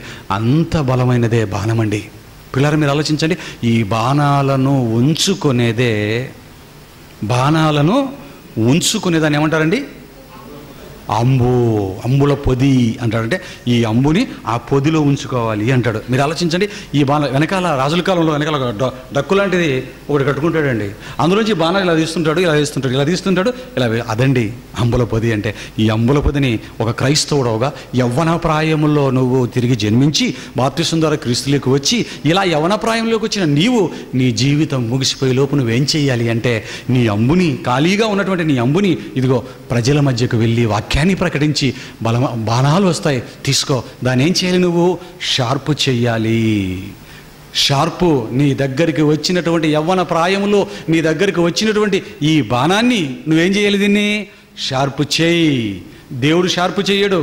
దీన్ని నూరవలసిన బాధ్యత ఎవరిది? ఇనుమును దేవుడు ఇచ్చాడు, దాన్ని పదును పెట్టుకోవాల్సిన బాధ్యత మనిషిదండి. దీన్ని షార్పు చేయవలసింది మనిషి. దేవుని పిల్లలారా, మనము చేయాలి. దేవుని పిల్లలారా, మనము దీన్ని షార్పు చేయాలి. ఇంతకు అంబు అనగానే, ఇదిగో బాణం అనగానే మనకు అర్థమైపోయింది దేవుని కుమారులు, యవ్వన ప్రాయంలో పుట్టినవారు అని. యవ్వన ప్రాయంలో బాప్తిసం తీసుకుని సంఘంలోకి వచ్చేస్తాడు వీడు. మరి సంఘంలోకి వచ్చిన ఈ యవ్వన బిడ్డని దేనికైనా ఉద్రేకపడి దేనికైనా త్వరగా అడిక్ట్ అయ్యేటువంటి ఈ బిడ్డని మరి దేవుడు, బలవంతుడని దేవుడు తన యొక్క బాణముగా వాడుకునేటట్టుగా మరి తయారు చేయవలసిన బాధ్యత ఎవరిది? యవ్వన ప్రాయంలో దేవునిలోకి తీసుకొని వచ్చినటువంటి సేవకుడిదండి. వచ్చినటువంటి బిడ్డల్ని షార్ప్ చేయడం అంటే తెలుసా అండి? కూర్చుండబెట్టి వాక్యాలను బాగా నేర్పాలండి. ప్రసంగాలు చేయడం మాత్రమే కాదు దేవుని పిల్లలారా, ఏదో పని చేయడం మాత్రమే కాదు దేవుని పిల్లలారా, అన్నింటినీ నేర్పాలి. తర్క జ్ఞానం, దేవుని వాక్యాన్ని ప్రకటించడం మాత్రమే కాదు నేర్పవలసింది. నీవు దేవుని వాక్యాన్ని ప్రకటిస్తున్నప్పుడు ఎవడైనా ఎదురొచ్చి నీవు చెబుతున్నది తప్పు, నువ్వు బోధిస్తున్న బైబిల్ తప్పు, క్రీస్తు లోకరక్షకుడు కాదు, అసలు దేవుడే లేడు అని ఒక్కొక్కడు వాగుతాడు. ఒక వాస్తవిక వాది వాగుతాడు, ఒక భౌతికవాది ఉన్నాడు లోకంలో, ఒక వాస్తవికవాది ఉన్నాడు, ఒక హేతువాది ఉన్నాడు, ఒక నాస్తికుడు ఉన్నాడు. లేదు, క్రైస్తవుల్లోనే బైబిల్ను తప్పులుగా బోధించేవాడు ఉన్నాడు. నువ్వు చెప్తున్న బోధకు ఎదురుపడేవాడు. అలా ఎదురుపడినప్పుడు ఏం చేయాలి? బాణం షార్పు లేదనుకోండి, చెప్పడం మాత్రమే నేర్పామనుకోండి బిడ్డలకి, ప్రశ్నించేవాడు రాగానే పరిగెత్తుకుంటూ వచ్చేస్తాడు వెనక్కి. అక్కడి నుంచి పరారైపోతాడు, తప్పించుకుని వెళ్ళిపోతాడు తప్ప వాడి అజ్ఞానంగా మాట్లాడుతున్న వాడి నోరు మోయించలేడు. తనలో ఉన్న నిరీక్షణ గురించి హేతువడుగు ప్రతివానికి భయముతోనూ సాత్వికంతోనూ సమాధానం చెప్పుటకు ఎల్లప్పుడూ సిద్ధపడి ఉన్నాడు. ఇలా ఎల్లప్పుడూ సిద్ధపడి ఉండేటట్టుగా యవ్వన బిడ్డలను షార్పు చేసి బలవంతుడైన దేవుడి చేతిలోకి బాణంగా ఇచ్చేవాడే దేవుడి మెప్పును పొందేవాడు. దేవుని పిల్లలారా, ఇదంతా జరగాలంటే నువ్వు కూడా యవ్వన ప్రాయంలోనే దేవునిలోకి వచ్చి ఉండాలి. ఆలోచించండి, ఎంత చక్కటి మాటలను చెబుతున్నాడు. మీరు ఆలోచించండి దేవుని పిల్ల. అందుకే కిందికి వస్తే అంటాడు, ఏమండి, వాటితో తన అంబుల పొదిని నింపుకొనిన వాడు ధన్యుడు. ఆ తర్వాత ఏమన్నాడు చూడండి, వారు అట్టివారు సిగ్గుపడక. ఎటివారు? ఇదిగో బలవంతుడైన దేవుడి చేతిలో బాణాలుగా ఎవరైతే షార్పు చేశారో ఆ బాణము లాంటి పదునైన షార్పు కలిగిన ఈ యవ్వన బిడ్డలు వారిలో ఉన్న ఉద్రేకానికి, వారిలో ఉన్న మొండితనానికి, వారిలో ఉన్న ఉత్సాహానికి, వారిలో ఉన్న యవ్వన బలానికి, ఏదో సాధించాలన్నటువంటి వారి ఉత్సుకతకి ఇదిగో వేగాన్ని ఇవ్వవలసింది, దాన్ని షార్పు చేయవలసింది, దాన్ని ప్రయోగించవలసింది దేవుడి పక్షాన దేవుని సేవకుడుగా వీరిని తయారు చేయాలండి. ఆలోచించండి దేవుని పిల్లలారా, లోకంలో ఉగ్రవాది తన దగ్గర ఉన్న వారిని వాడు షార్పు చేస్తున్నాడు. ఎంతగా వాడు షార్పు చేస్తాడు అంటే, ఉగ్రవాది ఎంతగా వాడు షార్పు చేస్తాడంటే వాడు నమ్మిన సిద్ధాంతం కోసం వాడు చచ్చిపోయేటట్టుగా చేస్తాడండి. అందుకే ఒక ఉగ్రవాది వాడు నమ్మిన సిద్ధాంతం కోసం వాడు చచ్చిపోతాడు. కట్టుకో బాంబులు, కట్టుకో బాంబులు. కట్టుకొని ఏం చేయాలి? వెళ్ళు మసీదులోకి, మీట నొక్కు, పేల్చుకో, నువ్వు చచ్చిపో, చుట్టూ ఉన్న వాళ్ళందరూ కూడా చంపేసేయి, వెళ్ళిపో, జనాల్లోకి వెళ్ళిపో, గోకుల్ చాట్లోకి వెళ్ళిపో, ఇదిగో లుంబిని పార్కులోకి వెళ్ళిపో, లేకపోతే ఇదిగో తాజ్ హోటల్లోకి వెళ్ళిపో, లేకపోతే ఎక్కడికి వెళ్ళిపో, నీ ఇష్టం. జనాలు ఎక్కడ ఉంటే అక్కడ. మన వాళ్ళని చంపేసి మసీదులోకి వెళ్ళిపోయి కట్టుకో బాంబులు. చూసారండి, ఇంతకు ఏం చెప్పాడండి వాడు? ఏం చెబితే వాడు ఈ స్థితికి వచ్చాడండి? ఆలోచించిన దేవుని పిల్లరా, వాడు నమ్మిన నమ్మకాన్ని నరనరాల్లో చిన్నప్పటి నుంచి వాడు అందులోకి చేర్చుకున్నప్పటి నుంచి నూరిపోస్తాడు. వాడికి నూరు పోయటం వల్ల వెళ్ళిపోతాడండి. టాను అనేటువంటి ఒక మహిళకి, రాజీవ్ గాంధీని చంపటానికి, ఒక 16-17 ఏళ్ళ ఈ బాలికకి, పిల్లరా, ఈ టీనేజర్కి, ఏమండి, రాజీవ్ గాంధీని చంపుతూ తను చచ్చిపోవాలన్నటువంటి ఆలోచన ఎందుకు వచ్చింది చెప్పండి? ప్రభాకర్ పిల్లయ్య అనేవాడు నూరాడు, ఆ బాణాన్ని నూరాడు. పోరాడితే పోయేది లేదు, బానిస సంఖ్యలు తప్ప. ఈ మన జాతి కోసం ఇదిగో 100 మంది కోసం చావడానికైనా చంపడానికైనా సిద్ధపడాలి. ఉన్నాయి కదండి లోకంలో, అన్ని చంపేటి సచ్చేటే. ఆలోచించండి. ఇవన్నీ చెప్పడం వల్ల ఉద్రేకితమైపోయి చచ్చిపోతున్న వారు ఎంతమంది. నిన్న చూడండి 32 మందిని పేల్చేశాడు ఆఫ్ఘనిస్తాన్లో మసీదులో. మన చూడండి పాకిస్తాన్ షెషావర్లో అక్కడ ఒక 27 మందిని మానవ బాంబు పేల్చేసాడు ఒకడు.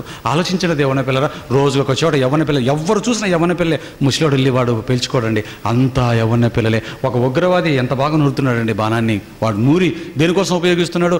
వాడు నమ్మిన సిద్ధాంతం కోసం ప్రాణం పెట్టేవాడుగా ఉంటాడు. ఒక నక్సలైట్ తాను నమ్మిన సిద్ధాంతం కోసం యవ్వన ప్రాయంలోనే పోలీసులకు ఎదురుపడి కాల్చుకు మరి చచ్చిపోవడానికి సిద్ధపడుతున్నాడే. ఏమండి, ఒక ఉగ్రవాది తను నమ్మిన నమ్మకం కోసం చచ్చిపోతాడు, ఒక నక్సలైట్ వాడు నమ్మిన నమ్మకం కోసం చచ్చిపోతున్నాడు. క్రైస్తవుడు మాత్రం వాడు నమ్మినటువంటి దేవుడి కోసం, వాడు నమ్మినటువంటి నమ్మకం కోసం ప్రాణాలు సహితం ఒడ్డి సత్యాన్ని నిరూపించాలి. ఎంతవరకైనా సరే దీన్ని తీసుకుని వెళ్ళాలన్న ఆలోచనలోకి ఎందుకు క్రైస్తవులు రావటం లేదు? ఈ మాటలు అర్థం కావట్లేదు కనుక. దీని అర్థాలు చెప్పి వాడిని బలవంతుని దేవుడి చేతిలో బాణాలుగా నూరేవారు ఎంతమంది ఉన్నారు చెప్పండి దేవుని పిల్లలారా. బాణాన్ని నూరి దేవుడి చేతికి ఇచ్చి ప్రయోగింపచేసేటట్టుగా చేయాలన్నటువంటి ఆలోచన అందదా? అందరూ సంఘాలకి రండి, ఇక్కడే ఉండండి, ఇక్కడే నేర్చుకోండి, ఇక్కడే ఉండండి, రండి. నేర్చుకునేది కూడా లేదండి సంఘాల్లో. రండి, పాటలు పడతారా, మ్యూజిక్ కొడతారా, లేకపోతే కొయ్యేరుగా ఉంటారా, ఇక్కడే ఉండండి, రండి, కూర్చోండి, సత్యంత వరకు ఇక్కడే ఉండండి. లోకానికి లేదేమీ లేదా? లోకానికి పంపించే ప్రాసెస్ లేదా క్రైస్తవ సమాజంలో? వాడు చూడు ఉగ్రవాదం తయారు చేసి ప్రపంచం మీదకి వదులుతాడు, నక్సలైట్ని తయారు చేసి వదులుతాడు దేశం మీదకి. ఆలోచించండి దేవుని పిల్లరా. మరి నువ్వు దేని మీదకి వదులుతున్నావు? దేని మీదకి వదులుతారు దేశ క్రైస్తవులు? గిన్నె నిండా బిర్యానీ చేసి, ఇటుపక్క చికెన్, ఇటుపక్క మటన్, అటుపక్క గోంగూరతో వండిన మటన్, నిమ్మకాయ ఉల్లిపాయ పెట్టేసి దళదళ్ళు ఆడించరా, తిను, అయ్యో బట్టలు వేసుకో, అదిగో బైక్, ఇదిగో కీసు, అదిగో రోడ్డు, అదిగో రింగ్ రోడ్డు, రయ్యి నిలిపి గుద్దుకొని సావరా. అదేనా చెప్తాడు? అదేనా యవ్వన పిల్లకి నేర్పించేది ఈరోజు? ఆలోచించండి దేవుని పిల్లలారా. ఒక ముక్క కూడా నేర్పించట్లేదండి క్రైస్తవ బిడ్డలకి. పాటలు పాడు నాయన, ఇదిగో వాయిద్యాలు వాయించిన ఆయన నేర్చుకుని ఆయన. క్రిస్మస్ వస్తుంది, టైట్ జీన్స్ బయటికి తీయండి, యేసుక్రీస్తు పుట్టాడు, గెంతుదాం వస్తుంది డిసెంబర్లో, గెంతుదాం స్టేజ్ మీద. ఇదా? ఆలోచించండి దేవుని పిల్లలారా. ఇది వీర బలవంతుని చేతిలో బాణాలు. బలవంతుని చేతిలో బాణాలు కాదవి. ఎవడైనా సరైనడు, ఒక షెఫీ లాంటి వాడు కానివ్వండి, ఈ పుట్ట సురేంద్రబాబు లాంటి వారు కానివ్వండి, ఎవడైనా సరైనడు వచ్చి బైబిల్ తప్పన్నాడు అనుకోండి, పరిగెత్తి వెళ్ళిపోతాడు వెనక్కి. అందుకే చూడండి, ఈరోజు ఈ క్రైస్తవుల మీదకి, బైబిల్ మీదకి వస్తున్న వారి నోర్లు మోయించగలిగిన వాళ్ళు ఎంతమంది బయట ఉన్నారు చెప్పండి దేవుని పిల్లలారా. అందరూ ఎవరి సంఘాలు వాళ్ళవి, ఎవరు పాటలు వారివి, ఎవరి ఆరాధనలు వాళ్ళవి, అయిపోగానే ఇంటికి వెళ్ళిపోతాడు. వాగుతున్న వారి నోర్లు మోయించే వాళ్ళు ఎవరు చెప్పండి? అందుకే దేవుడు చెప్తున్నాడు, కిందికి రాగానే ఏమంటాడు చూడండి, ఇదిగో ఆ బాణ అట్టివాడు సిగ్గుపడక గుమ్మములలో తమ విరోధులతో ఏం చేస్తారంటే వీళ్ళు వాదిస్తారటండి. ఎవరు అట్టివారంటే? ఇదిగో బలవంతుని చేతిలో బాణం. బలవంతుడైన దేవుడి చేతులకి బాణంగా ఒక యవ్వన బిడ్డను మనం మార్చి వాడిని నూరు పెడితే ఏం చేస్తారంటే ఈ కుమారుడు ఏం చెయ్యాలని దేవుడు కోరుకుంటున్నాడట? అట్టివాడు సిగ్గుపడక, మొదట సిగ్గుపడడు వాక్యం చెప్పడానికి, ఎవరి నోరైనా మూయించని సిగ్గుపడక గుమ్మములో కూర్చోండి తమ విరోధులతో వాదిస్తాడు. గుమ్మాలు వెళ్ళిపోతాడు. గుమ్మాలు ఎక్కడ ఉంటాయి? బయట ఉంటాయండి, పబ్లిక్లో ఉంటాయండి గుమ్మాలు. ఇంటికి గుమ్మం వీధికి ఉంటుంది, వెళ్ళిపోతాడు, వీధుల్లోకి వెళ్ళిపోతాడు. ఎవరు మాట్లాడేది దేవుడి గురించి? ఎవడు దేవుడి గురించి మాట్లాడుతున్నాడు? ఎవడు బైబిల్ గురించి మాట్లాడుతున్నాడు? ఎవడు క్రీస్తు గురించి మాట్లాడుతున్నాడు? నేనే. రారా కూర్చో, ఏంటి చెప్పు, నీ వాదం ఏంటో చెప్పు. వాస్తవికవాదివా, భౌతికవాదివా, నాస్తికవాదివా, హేతువాదివా, లేదా సైంటిస్టువా? దేవుడు లేని సైంటిస్టువా? ఎవడరా నువ్వు దేవుని అనడానికి? చెప్పు, నీ తీరి ఏంటో తీసుకునేలాగా, నీ ప్రయోగ ఫలితం ఏంటో తీసుకునేలాగా. నోరు ముయిస్తాడండి వాడికి. ఆలోచించిన దేవుని పిల్లరా. ఏమంటే గుమ్మంలో అటువారు సిగ్గుపడక గుమ్మంలో తమ విరోధులతో వాదిస్తారు. అంటే యవ్వన ప్రాయములో ఉన్న బిడ్డలు దేవుడి వాక్యాన్ని నేర్చుకుని వాదించాలని దేవుడు కోరుకుంటున్నాడు. ఎందుకంటే దేవుడికి ఒక ప్రగాఢమైనటువంటి ఆశ ఉందండి, ప్రపంచం అంతా కూడా మారిపోవాలి అన్నది. ఏమండి ఆ ఆలోచనతోని సత్యవాక్యాన్ని తీసుకుని వచ్చాడండి సమాజం మధ్యకి. కానీ సత్యవాక్యానికి లోపల ఉన్నవాడు కలిపి చేర్పిస్తున్నాడు, బయట ఉన్నవాడు తప్పు అంటున్నాడు. ఈ వాక్యం ప్రపంచానికి వెళ్ళేది ఎలా చెప్పండి దేవుని పిల్లలారా? ఈ వాక్యం ప్రపంచానికి ఎలా వెళ్తుంది చెప్పండి? లోపల ఉన్నవాడేమో తప్పుగా కలిపి చేర్పిస్తున్నాడు. ఇంతవరకు తమ్ముడు చెప్పాడు కదా, ఆత్మవరాల గురించి ఆలోచన లేదు, దేని గురించి ఆలోచన లేదు. అసలు ఆత్మవరాలు అంటే ఏంటో, ఆత్మవరం అంటే ఏంటో, పౌలు గారు తెచ్చిన రెండవ కృపావరం అంటే ఏంటో, అసలు బైబిల్లో 12వ అధ్యాయంలో ఏం చెప్పాడో, 13వ అధ్యాయంలో ఏం చెప్పాడో, 14వ అధ్యాయంలో ఏం చెప్తున్నాడో కొరింథీయులకు రాసిన మొదటి పత్రికలో అర్థమైందంటారా చెప్పండి దేవుడిన పిల్లలారా? అర్థమైందంటారా? అర్థమైతే 30,000 శాఖలుగా క్రైస్తవ ముక్కలు అవుతుందంటారా? ఎవడి ముక్క వాడిది తప్ప బైబిల్ గురించి బజార్లో చూశారండి, ఎవడికి పడితే వాడండి. ఇప్పుడు ఒక్కొక్కడు ఒక్కొక్క మాట మాట్లాడుతున్నాడు అండి, ఒక్కొక్కడు ఒక మాట. ఒకడు వాట్సాప్లో మెసేజ్ పెట్టాడండి. ఏమని పెట్టాడు తెలుసా అండి? ఒకడు యూట్యూబ్లో మాట్లాడుతూ, ఏమండి మేకులు కొడుతూ చచ్చిపోయాడండి యేసుక్రీస్తు, చచ్చిపోయిన దేవుడికి పండగ చేసే జనం ప్రపంచంలో ఎవరైనా ఉన్నారంటే వారు ఒకే ఒక వర్గం ఉన్నారండి అన్నాడు. ఎవరో తెలుసా వారు? దేవుడు చచ్చిపోతే పండగ చేసుకునేవారు క్రైస్తవులండి అని. అంటే ఎవడో మాట్లాడితే వీడియో నా నెంబర్కి వాట్సాప్లో పెట్టాడని చూశాను. ఓహో అనుకుని మళ్ళీ వెంటనే పెట్టానండి. ఆ పండగ చచ్చిపోతే చేసుకునే పండగ కాదు నాయన, మా వాళ్ళు తిరిగి లేచినందుకు, మరణాన్ని జయించి తిరిగి లేచినందుకు మా వాళ్ళు చేసుకునే పండగ అనగానే, oh very good answer but I'm sorry brother అని వాడు మరలా వెంటనే. వాస్తవానికి తిరిగి లేచితే పండగ, చచ్చిపోతే పండగ అని గందరగోళం వదిలేయండి మన వాళ్ళు. పిల్లలు మీరు ఆలోచించండి. అందుకేనండి అట్టివారు గుమ్మంలో కూర్చోండి, వీధుల్లో తమ విరోధులతో వాదించెదురు అన్నాడు. చూడండి దేవుడిని పిల్లరా, అటువంటి పిల్లల కోసం దేవుడు ఆలోచిస్తున్నాడండి. యవ్వన ప్రాయంలోనే దేవుడిలోకి మనం రావాలి. దేవుడిని పిల్లరా, వచ్చిన ప్రతి యవ్వన బిడ్డని సానబెట్టాలి దేవుడి వాక్యంతో. నేను రైట్ అయితే ఎలా రైట్ బైబిల్ నేర్పించాలి, తప్పైతే ఎలా తప్పు నేర్పించాలి. దేవుడిని పిల్లరా, పాటలు మాత్రమే కాదు, పాటలు కొత్తగా వచ్చిన వాడు కూడా పాడగలడు, కానీ వాక్యం చెప్పడం యవ్వన బిడ్డలకు రావద్దా? అది ఎలా తప్పో ఎలా రైటో, అసలు ఏ మాట ఎందుకుందో ఇలా మెలకువలు నేర్పించి, తర్కజ్ఞానాన్ని నేర్పించి ప్రపంచంలోకి విడిచిపెట్టాలని దేవుడు కోరుకుంటున్నాడు. ఎందుకు దేవుడు ఇలాంటివి కోరుకుంటున్నాడు ఆలోచించండి. తన వాక్యం కలిపి చేర్పేవారు లోపల ఉన్నారు, తన వాక్యం కాదనేవారు బయట ఉన్నారు. కనుక ఏంటి ఈ ఇరువురు కూడా ఎలా వాక్యాన్ని కలిపి చేర్పుతారో, ఎలా కాదంటారో తెలియజేసే ఒక మంచి మాటను మరి ఈ ప్రసంగానికి ముగింపుగా మీకు ఒక్క మాట చూపిస్తాను. 2 నిమిషాల్లో. కొరింథీయులకు రాసిన 2వ పత్రిక 10వ అధ్యాయం 3-4 వచనాలు చూడండి.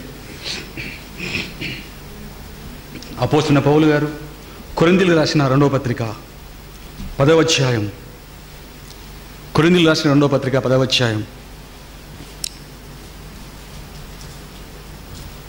చక్కటి మాటను చెప్పాడు చూడండి. వెతుకుతున్నారా ఇంకా? కొరింథీయులకు రాసిన 2వ పత్రిక 10వ అధ్యాయం ఎన్నో వచనం చూడండి. 3వ వచనం, మేము శరీరధారులమై నడుచుకునొచ్చున్నాను. ఏమండి ఈ మాటలు ఎవరు రాస్తున్నారు? ఈ మాటలు ఎవరు రాస్తున్నారండి? అపోస్తుడైనటువంటి పౌలు గారు రాస్తున్నారండి. అపోస్తున్న పౌలు గారు, అపోస్తుడైన పౌలు గారు ఈ మాటలు ఎందుకు రాస్తున్నాడు ఆలోచించండి పిల్లారా. ఎందుకంటే ఈయన కూడా మరి యేసు క్రీస్తును ఫాలో అయినటువంటి క్రీస్తు శిష్యుడండి. ఈయన కూడా క్రీస్తు శిష్యుడే పిల్లారా. మరి ఇంతమంది ఉండుండగా ఇదిగో ఈ యుద్ధము గురించిన సంగతిని పౌలు గారు ఇక్కడ రాస్తున్నారండి పిల్లారా. మరి యేసు క్రీస్తుతో పాటు శిష్యులు ఎంతమంది తిరిగారండి? 12 మంది. 12 మందిలో అగ్రగణ్యులు ఎవరు తెలుసా అండి? పేతురు గారు. ఏడి పేతురు గారు యేసు క్రీస్తు కంటే వయసులో చిన్నోడా పెద్దోడా? వయసులో పెద్దవాడండి పేతురు గారే కాదండి. యేసు క్రీస్తుతో పాటు ఉన్న శిష్యులందరూ కూడా ఆల్మోస్ట్ వాళ్ళు ఆయన కంటే వయసులో పెద్దవారే ఉన్నారు. ఆయనకెంత 30 సంవత్సరాల వయసులో బోధ తీసుకొని వచ్చాడు. 33:30కంతా ముగించేసి వెళ్ళిపోయాడు. అప్పటికే వారందరూ చేపలు పట్టుకుంటున్నారు, వాళ్ళందరికీ పెళ్ళిళ్ళు అయిపోయాయి. చాలామందికి పిల్లలు కూడా ఉన్నట్లుగా మనం చూడగలం. ఆలోచించండి దేవుడిని పిల్లలారా. పేతురు గారు యేసుక్రీస్తు కంటే పెద్దవాడండి. బాగా ఆలోచించండి. ఏమండి ఈ 12 మంది ఉన్నారండి. ఈ 12 మంది ఉన్నారు. మీరు ఒక్కసారి బైబిల్ ప్రకటన గ్రంథము తర్వాత ఉన్నటువంటి పేజీలను చూడగలిగితే, ప్రకటన గ్రంథం ఉందా బైబిల్లో? పెద్ద బైబిల్లో ప్రకటన గ్రంథం అయిపోయిన తర్వాత ఏముందో చూడండి. ప్రకటన గ్రంథం అయిపోగానే అక్కడ మీకు ఏం కనపడుతుందో చూడండి. మ్యాప్స్ ఉంటాయి. ఆ మ్యాప్లలో ఎవరికి సంబంధించిన మ్యాప్లు ఉంటాయి తెలుసా అండి? ఒకటి అబ్రహాంకి సంబంధించింది, చరిత్ర హిస్టారికల్ బేసిస్ కోసం. 2 క్రీస్తు వారు సంచరించిన ప్రదేశాలు. ఆ తర్వాత ఉండేది ఏదో తెలుసా దేవుని పిల్లలారా? అపోస్తులైన పౌలు ప్రయాణము చేసిన ప్రదేశంలో అని ఉంటుంది చూడండి. పౌలు గారు ప్రయాణం చేసిన ప్రదేశాలు అని ఉంటుంది. ఏమండి పేతురు గారు ప్రయాణం చేసిన ప్రదేశాలు, యోహాను గారు ప్రయాణం చేసిన ప్రదేశాలు, ఆంద్రేయ గారు ప్రయాణం చేసిన ప్రదేశాలు. అలాగనే వాళ్ళు ప్రయాణాలు చేశారా చేయలేదా? చేశారు. మరి వారికి ప్రయాణాలకు సంబంధించిన ప్రపంచ పటం ఎందుకు లేదు? వారు ప్రయాణం చేసిన పటం ఎందుకు లేదండి? పౌలు గారు ప్రయాణం చేసిన పటం ఎందుకు వచ్చింది చెప్పండి దేవుని పిల్లలారా. ఆలోచించండి. ఎందుకంటే అంత సుదూర ప్రాంతము ప్రయాణము చేసి సువార్తను ప్రకటించి వాదించి ఒప్పించగలిగిన వ్యక్తి ఎవరో తెలుసా అండి? అపోస్తలుడైన పౌలు గారు. వీళ్ళందరూ చేయలేనిది ఈ మహానుభావుడు ఎలా చేయగలిగాడు చెప్పండి? అంత గొప్ప పని ఎలా చేశాడు? ఈయన ఒక్కడే ఎలా చేశాడో తెలుసా? ఒకటే కారణం, యవ్వన కాలమందు పుట్టిన కుమారుడే అపోస్తలుడైన పౌలు గారు. స్టెఫన్ను చంపేటప్పటికీ స్టెఫన్ గారిని రాళ్లతో కొట్టి పట్టణం వెలుపలికి వీల్చి చంపేటప్పటికీ సౌలు అనే ఒక యవ్వనస్తుని పాదముల చెంత వారి వస్త్రములను పెట్టిరి అంటాడు. ఏమండి అంటే మరి ఈ స్టెఫన్ గారిని యవ్వన ప్రాయంలో ఉన్నటువంటి దేవుడి కోసం మాట్లాడి వాదించి గెలిచినటువంటి బలవంతుని చేతిలో బాణం వంటి మరి స్టెఫన్ గారిని చంపినటువంటి వారి వస్త్రాలకు కాపలాగా ఎదుగు పాదాల చెంత పౌలు గారు పెట్టారండి. పౌలు గారు అప్పుడు యవ్వన ప్రాయంలో ఉన్నాడండి, మంచి యవ్వన ప్రాయంలో ఉన్నాడండి. ఆ యవ్వన ప్రాయములోనే ఇదిగో దేవుడిలోకి వచ్చాడండి. పౌలు గారు యవ్వన ప్రాయములో పుట్టిన కుమారుడండి. వారందరికంటే చిన్న వయసులో యవ్వన ప్రాయంలో వచ్చాడు కనుక ఎంత పనిని చేశాడు అంటే ఇదిగో బైబిల్ చరిత్రలోనే ఆయన ప్రయాణం చేసిన ప్రదేశాల పటాన్నే బైబిల్ చివర వేయించుకునేటంత గొప్ప ప్రయాణాలు ఆయన చేయగలిగాడండి. కారణం ఒకటే, యవ్వన ప్రాయంలో వచ్చాడు. బాగా బలవంతుడైన దేవుడి చేతిలో బాగా తయారు చేయబడిన బాణము లాంటి వాడండి. ఆ బాణము లాంటి మహానుభావుడు ఏమని చెబుతున్నాడో చూడండి. అనుభవించి రాస్తున్న మాటలు 10వ అధ్యాయం 3వ వచనం, కొరింథీయులకు రాసిన 2వ పత్రిక 10వ అధ్యాయం 3వ వచనం. ఎందుకు ఈ మాటలు మీకు చెప్పుకుంటూ వచ్చాను? పౌలు గారి పూర్వ చరిత్ర అంటే బలవంతుని చేతిలో బాణమైన పౌలు గారు బలవంతుల చేతిలో బాణమా కాదు చెప్పండి? అబ్బో, చాలా బలవంతుడైన దేవుని చేతిలో అద్భుతమైన బాణం అండి పౌలు గారు. షార్ప్గా చేయబడినటువంటి బలిష్టమైన బాణమే పౌలు గారండి. ఆ మహానుభావుడు అనుభవాలను ఏమని చెప్తున్నాడు చూడండి. మేము శరీరధారులమై నడుచుకొనుచున్నాను, శరీర ప్రకారం యుద్ధము చెయ్యము. ఏమండి, క్రైస్తవుడికి యుద్ధం ఉందంటున్నాడా లేదంటున్నాడా? క్రైస్తవుడికి ఒక యుద్ధం ఉంది అన్నాడు. ఏంటి ఆ యుద్ధం? దేవుడి పక్షాన చేసే యుద్ధం. దేవుడి పక్షాన చేసే యుద్ధం. ఏంటి ఆ యుద్ధం? పాత నిబంధనలో కత్తులు కటార్లతో పోరాడిన యుద్ధం, చేసిన యుద్ధం. క్రొత్త నిబంధనలోకి రాగానే యుద్ధం లేదని కాదు, క్రొత్త నిబంధనలో కూడా యుద్ధం ఉంది. ఇది క్రైస్తవులకి అర్థం కాలేదు. ఏంటి ఉన్నటువంటి యుద్ధం చెప్తున్నాడు. మేము శరీరధారులమై నడుచుకొనుచున్నాను, శరీర ప్రకారం యుద్ధము చెయ్యము. అంటే మాకు యుద్ధం ఉంది, మాకు యుద్ధోపకరణాలు ఉన్నాయి. శరీర సంబంధమైనవి కావు కానీ దేవుని ఎదుట దుర్గములను పడద్రోయజాలగలిగినంత బలము కలిగినవి ఉన్నవి.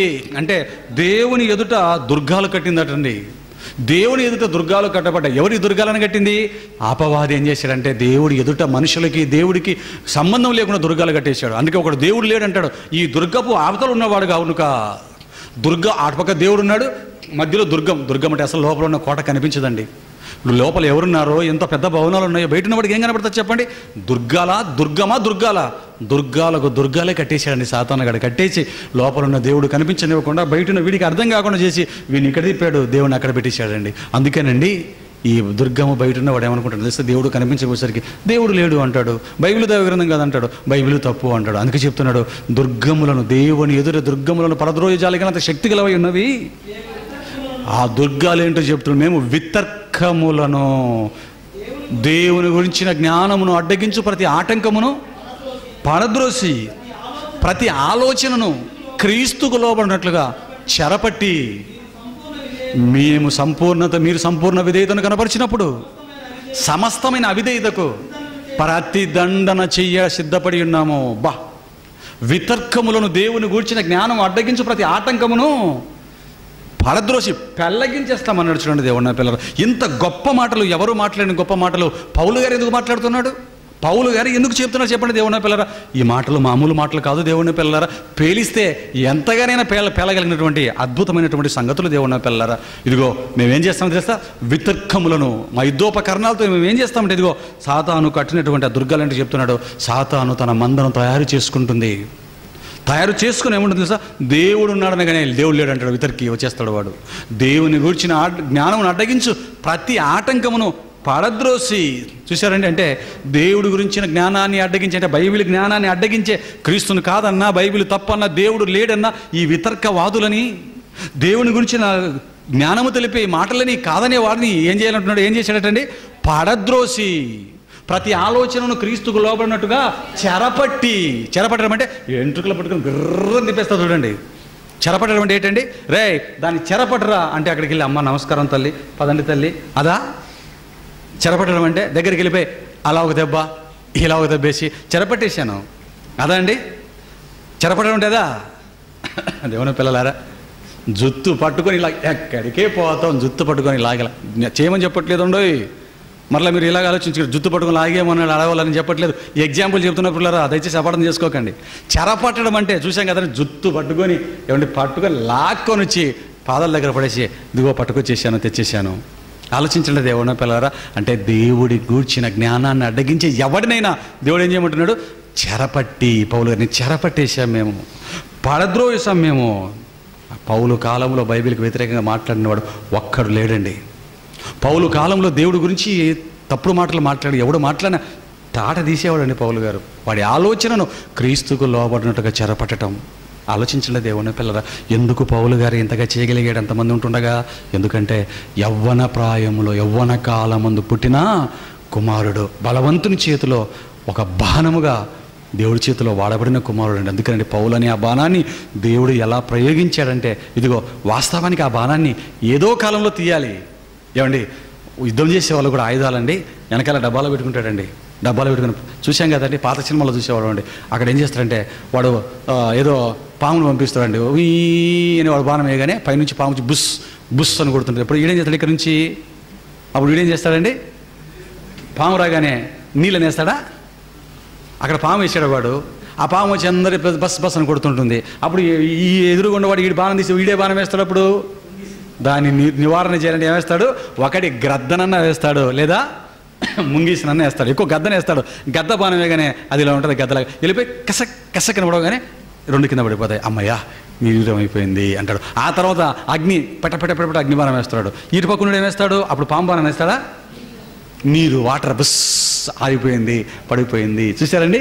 అంటే వాడు అటువంటి ఆ పక్కన్నవాడు ఏదైతే వేస్తాడో అటువైపు ఉన్నవాడు ఇటువైపు ఉన్నవాడు దాన్ని నివారణ చేయటానికి సమయోచితంగా వాడతాడంటే ఈయన డబ్బాలో అమ్ముల పొదిలో రకరకాలైన పెట్టుకొని ఉంటాడండి. లాస్ట్కు ఆ శత్రువుని చంపడానికంటే ఇంకోటి ఏదో పాశుపతాస్త్రమో లేకపోతే మరొకటి ఏదో నాగాస్త్రం ఏదైతే అప్పుడు అది వెళ్ళిపోయి వాడిని లేపేస్తుందండి. అందుకోసం లాస్ట్ పెట్టుకుంటాడు చివరికి అసలైన వాడిని శత్రువుని లేపేయడానికి. ఇది మీకు అర్థమైతే దేవుని పిల్లలారా, దేవుడు కూడానండి పౌలనే ఈ బలవంతుని చేతిలో బాణాన్ని తీయకూడని కాలంలో తీసాడటండి. తెలుసా మీకు? అసలు ఆ బాణాన్ని ఎక్కడో వేయాలనుకొని పెట్టుకొని ఉన్నాడు దేవుడు తన అమ్ముల పొదిలో ఎక్కడో వేయాలని పెట్టుకున్నాడు. అందుకే పౌలు గారు అంటారు, అకాలమందు పుట్టినట్టున్నా నాకు కనపడ్డాడయ్యా, అకాలమందు నేను పుట్టినట్టున్నాను. నా పరిస్థితి చూస్తే ఈ కాలంలో పుట్టవలసిన వాడని కాను నేను. ఎక్కడుందన్నమాట? కొరింథీయులకు రాసిన 2వ పత్రిక 12వ అధ్యాయం, కొరింథీయులకు రాసిన మొదటి పత్రిక 15వ అధ్యాయం 8వ వచనం చూడండి పిల్లారా. కొరింథీయులకు రాసిన మొదటి పత్రిక 15:8 అందరికీ చదవండి.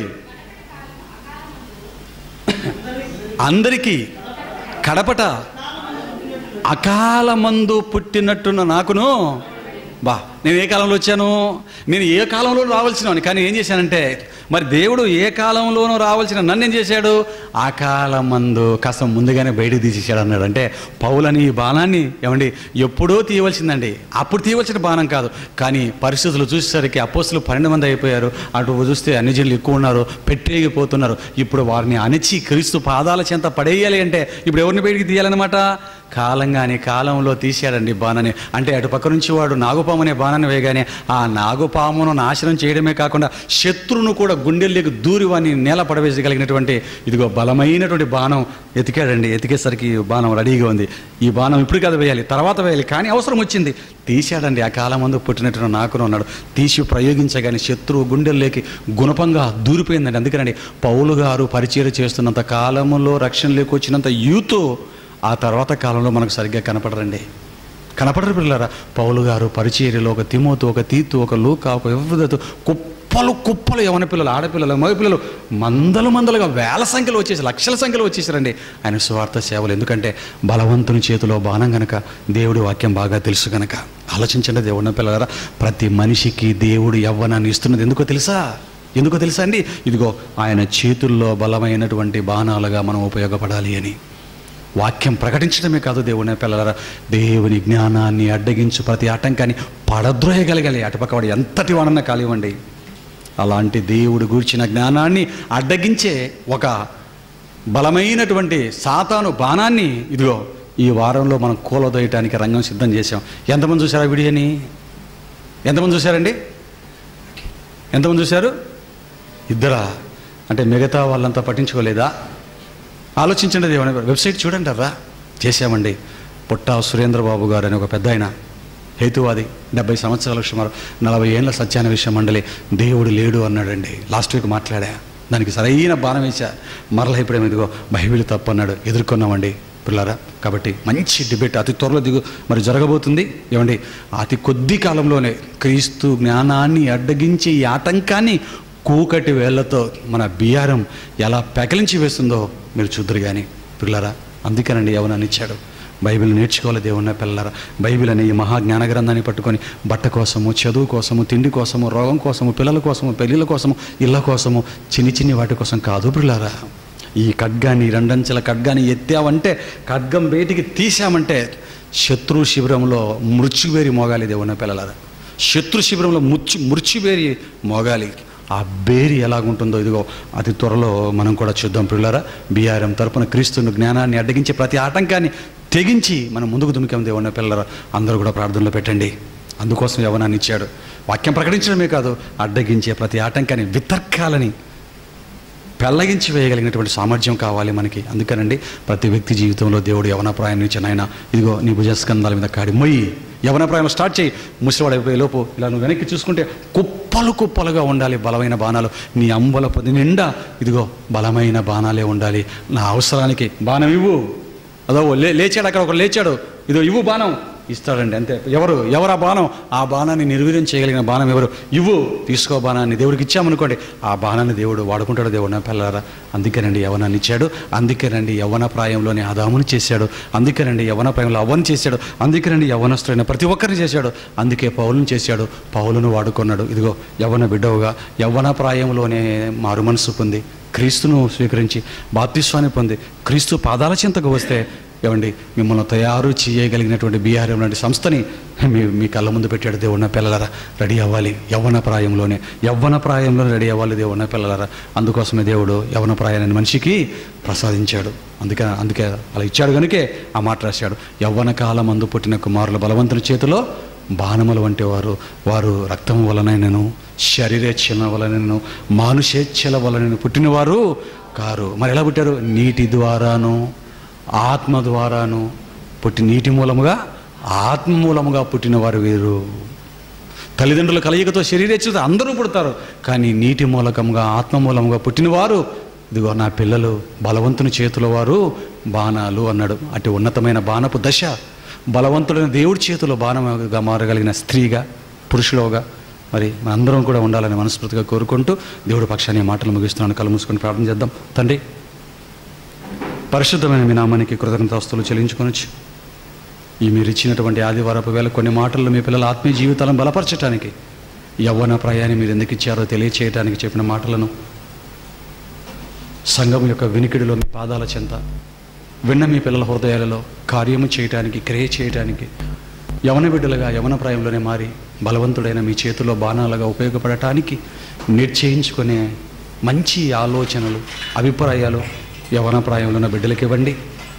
యవన ప్రాయం దాటిన వారికిచ్చిన బిడ్డలని, వారి చుట్టూ ఉన్న యవన బిడ్డలని మీ పాదాల చెంతకు తీసుకొచ్చి మీకు అప్పగించాలన్నటువంటి పనితనాన్ని, ఆలోచనను వారికి ఇవ్వమని ప్రార్థిస్తూ మీ పరిశుద్ధ పాదాలకు కృతజ్ఞతలు చెల్లించుకుంటూ యేసుక్రీస్తు వారి శ్రేష్టమైన నామంలో ఈ ప్రార్థన సమర్పిస్తున్నాము తండ్రి.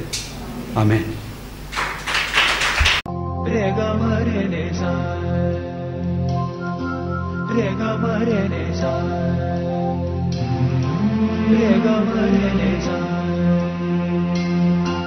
Rega